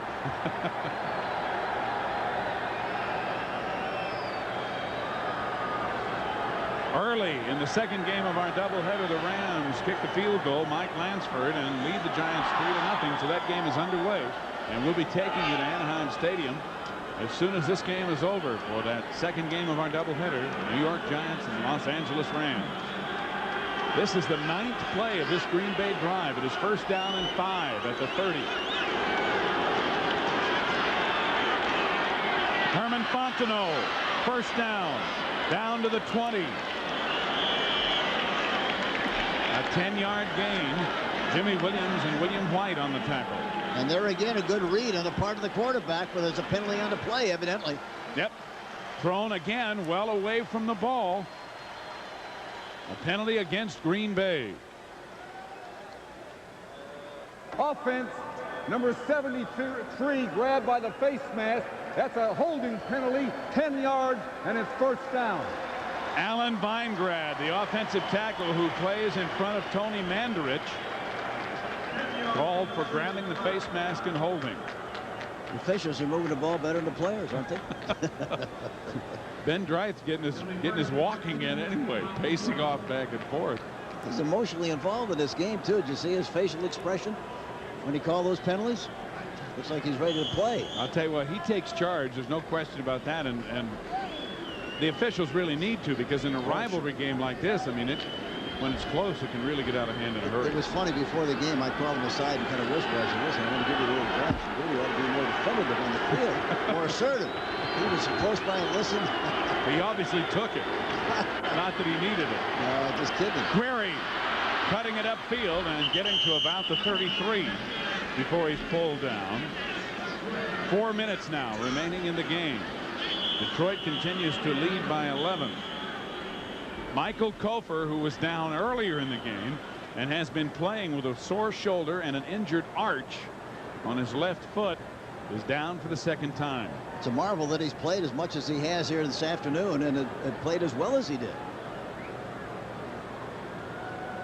That stops the clock with 3:56 remaining in the game, and it'll be second down and about 7 for Green Bay.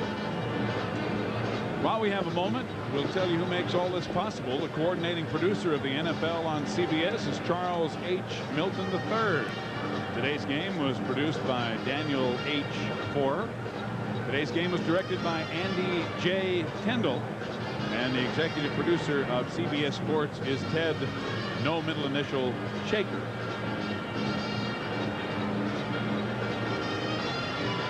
Kofer's still down, so he must have really taken a shot.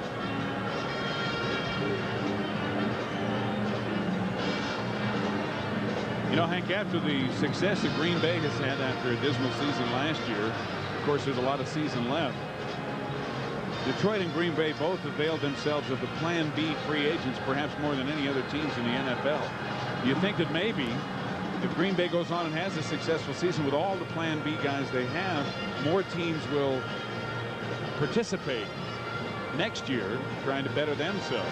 Oh, sure. And of course, it all depends on how the people, who the people are. Right. What that team needs. What the needs are. Sure.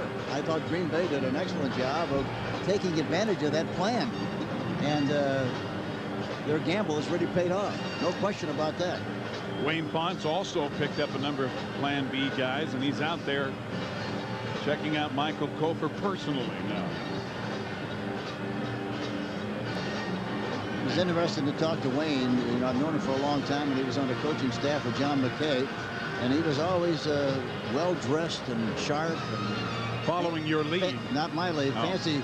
Fancy shoes and a big dizzy stick, meaning a cigar.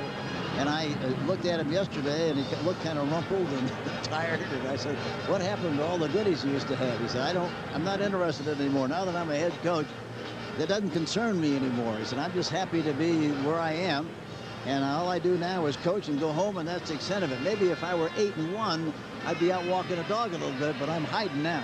If he ever gets to 8-1, he might change. Be interesting to see.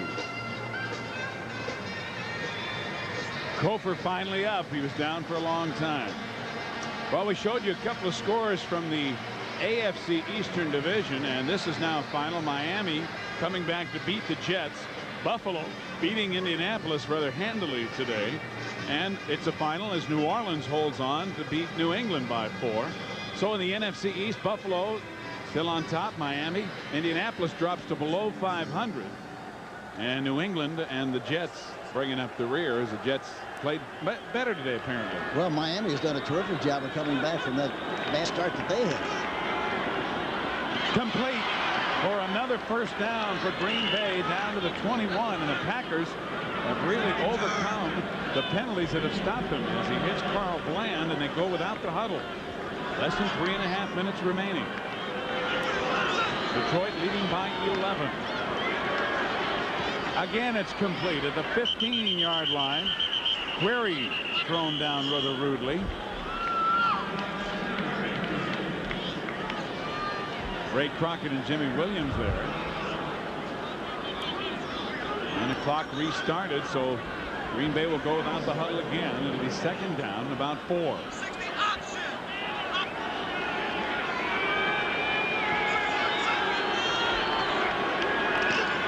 Majkowski will run it up the middle. Slides down at the 9 and has enough for another Green Bay first down. Jerry Holmes on the stop, and now he's going to call timeout. Ran about 10 seconds off the clock between the time he went down and got the timeout call. In the shotgun, steps up. See, anytime he sees some space in the middle area, he's going to take off and go with it. He's smart enough to know that he's got to slide before he gets another bad shot. I'm amazed how well he's running with that knee evidently bruised like it was a little earlier. It'll probably be sore tomorrow. Yeah. I think there'll be a few other parts of his body that'll be sore tomorrow after the shots he's taken from Jerry Ball and the guys. Including his arm, as many passes as he's thrown here this afternoon. 55 pass attempts. And that is a new team record for the Packers for attempts in a game. Majkowski has attempted 55, completed 34. And again, as he has been the last 2 years in every game against the Lions, over 300 yards. We mentioned earlier about how Majkowski was talking to us about his Polish heritage and his heritage on both sides of his family. He's not the first successful Polish rifle, shall we call him. Ron Jaworski led the league back in 1980. Steve Bartkowski in '83 led the league. And in the NFC anyway, and Majkowski leads the entire NFL this year in passing. How about Zabriskie? That's not Polish, is it? With my arm, I couldn't get it from here to you. You have a hard time combing your hair. Tipped away at the last second, intended for Herman Fontenot. Jimmy Williams got in front of it. 2:37 remaining in the game. They like to throw to Fontenot in this kind of a situation. Escaping to the right side, and look at the thing, right on the money, but right about the time it looks like he's going to get the catch. They come across there and hit him, and of course the ball bounces out of there and it falls incomplete. Good effort by Williams. This is the 15th play of this drive. Green Bay down by 11, needs 2 scores. Into the end zone, incomplete, intended for Jeff Query. Rookie Ray Crockett right there to tip it away.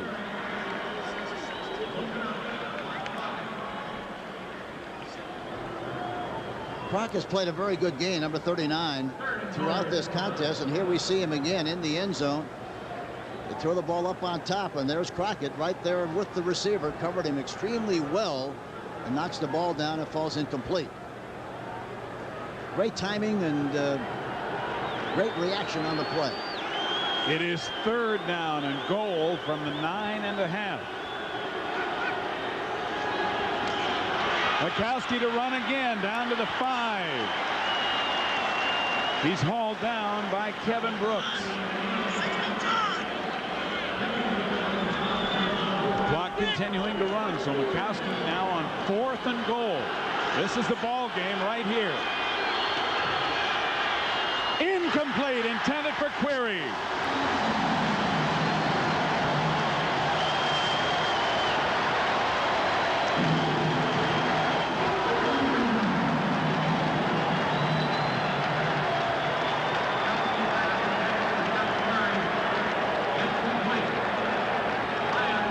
Detroit Lions, after a long drive, turn away Green Bay. Plenty of time, and he rifles the ball. Really, the ball should have been caught. No reason that ball shouldn't have been caught. There was enough room for him to make the catch. Majkowski consoling query, and you saw the reaction of Wayne Fonts, who went to his knees in relief. So 2:08 remaining in the game, and the Lions get the ball back with an 11-point lead. Rodney Peete with Trevor Matich moving to the right tight end position. The jumbo offense, and they have Peete. Is it a safety? No. Ben Bright says it's outside the goal line.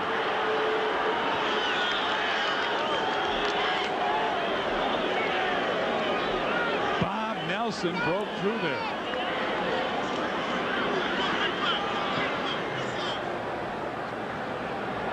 Number 79, look at that. He gets the penetration, comes across and knocks the ball loose from Peete.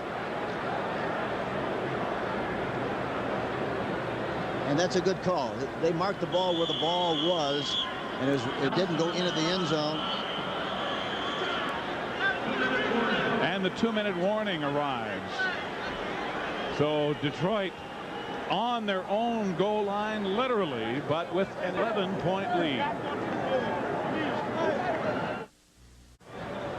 That would final 2 minutes from the Pontiac Silverdome, and Detroit, although they are literally lined up on their own goal line, able to stop Green Bay after a rather lengthy desperation drive and hold on with their 11-point lead. But they've got to get the ball out of here, right? Peete on the sneak, doesn't get far. And the other thing that's very important, they have to get it out of there so they can get back in their normal kicking position. I think without a doubt, if they have to kick the ball, they'll give them a safety. That's a smart thing to do. Well, you know, they could have conceded the safety on the play by to the play on Rodney Peete. The only problem with that, there would have been a lot more time left on the clock. This way, they're going to take as much time off the clock as they possibly can. And if they have to kick, I think without a doubt, they should give them a safety. That way they can bring it out to the 20. It's still a 9-point lead. They still need 2 scores, and they can boom it out of there. And with Arnold, when you give him some room and some time, he can kick it a long way. Trying to bang it out again.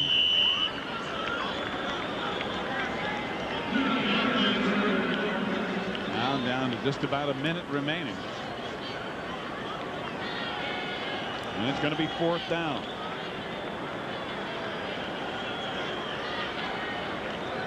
Carl Bland expressing the frustration that Green Bay feels they found themselves behind early, and their own mistakes played a big part in it. Then Detroit started making mistakes in the second half. They were able to come back. The fumble over here at about the 45-yard line is what killed them. Talking about Green Bay, they had it going. The momentum was changing. They had control of the game. The fumble over here on the left sideline has made the difference. And Detroit is holding on. And Wayne Fonts and company's they have been involved in a number of games like this year where they have been on mostly the other side of the fence. And many of their 8 losses, they have been late losses by few points. Again, we'll update you from Anaheim Stadium in Southern California. It's now 10-0 Los Angeles as the Rams have added a touchdown. And right after this game, we'll be taking you there for game 2 of the doubleheader, the Giants and the Rams.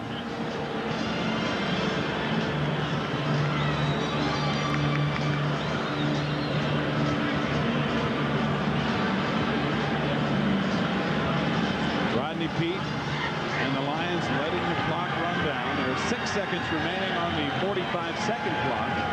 They're going to let it run out, take the half the distance penalty, delay of game, running the game clock down to 12 seconds. And that'll move the ball back to the 1-yard line.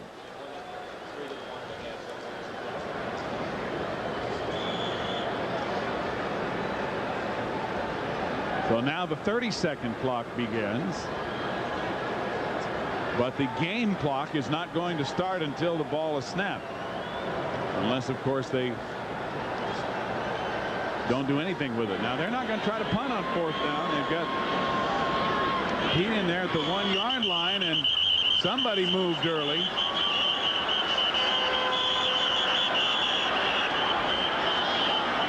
We've come close to 3 or 4 fights today.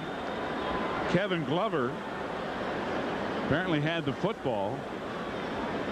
The center, number 53, and penalty flags are down. Defense come over and made contact. That's a 5-yard penalty and still 4th down. Well, that's what the Lions were hoping for. Exactly. Jerry Majkowski was involved in the play. Now you see Boyarski just fall into the center.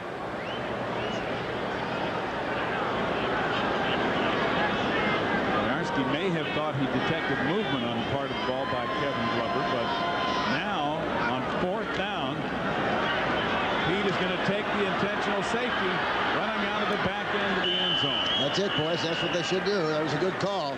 Now they have 6 seconds left. They'll get a free kick from the 20. And it makes the score now 31-22. And Tim Harris and Rodney Peete can laugh about it because nobody got hurt. So Arnold will come on, and Detroit will win their 2nd game of the year. They again were able to put the points on the board. In fact, they almost doubled their per game output today, and I guess the run and shoot is starting to work a little better, but they certainly got a lot of help from the Packers as well. Well, it works a lot better when they get good field position. That was really the key. I hate to keep talking about that, but that was really the key. That's when they really moved the ball very, very well. All the other times they didn't do much at all offensively. Well, both defenses did play well. There's no question about that. And the Detroit defense made it a long day for the Packers, even though Majkowski again had over 300 yards passing. Some of those to 83 Carl Bland. And look at the Packers. They have 6 penalties, 4 turnovers, 1 missed field goal, and 4 drop passes. And then finally touched on that before the game, and some of those things that he was concerned about happened here this afternoon. The Packers will fall back to 500 at 5-5. The Detroit Lions move to 2-8. The Lions only producing 128 yards of offense, but 31 points. And so Jim Arnold will get the free kick from the 20 following the intentional safety. Ron Pitts and Jeff Query are back to receive for Green Bay. It's a high, short kick and wobbly off the side of his foot, but it gets a good roll. And it'll be a penalty as it goes out of bounds on the free kick at about the 32. Even though he punted the ball, it's still a free kick, and therefore there's a penalty if the ball goes out of bounds.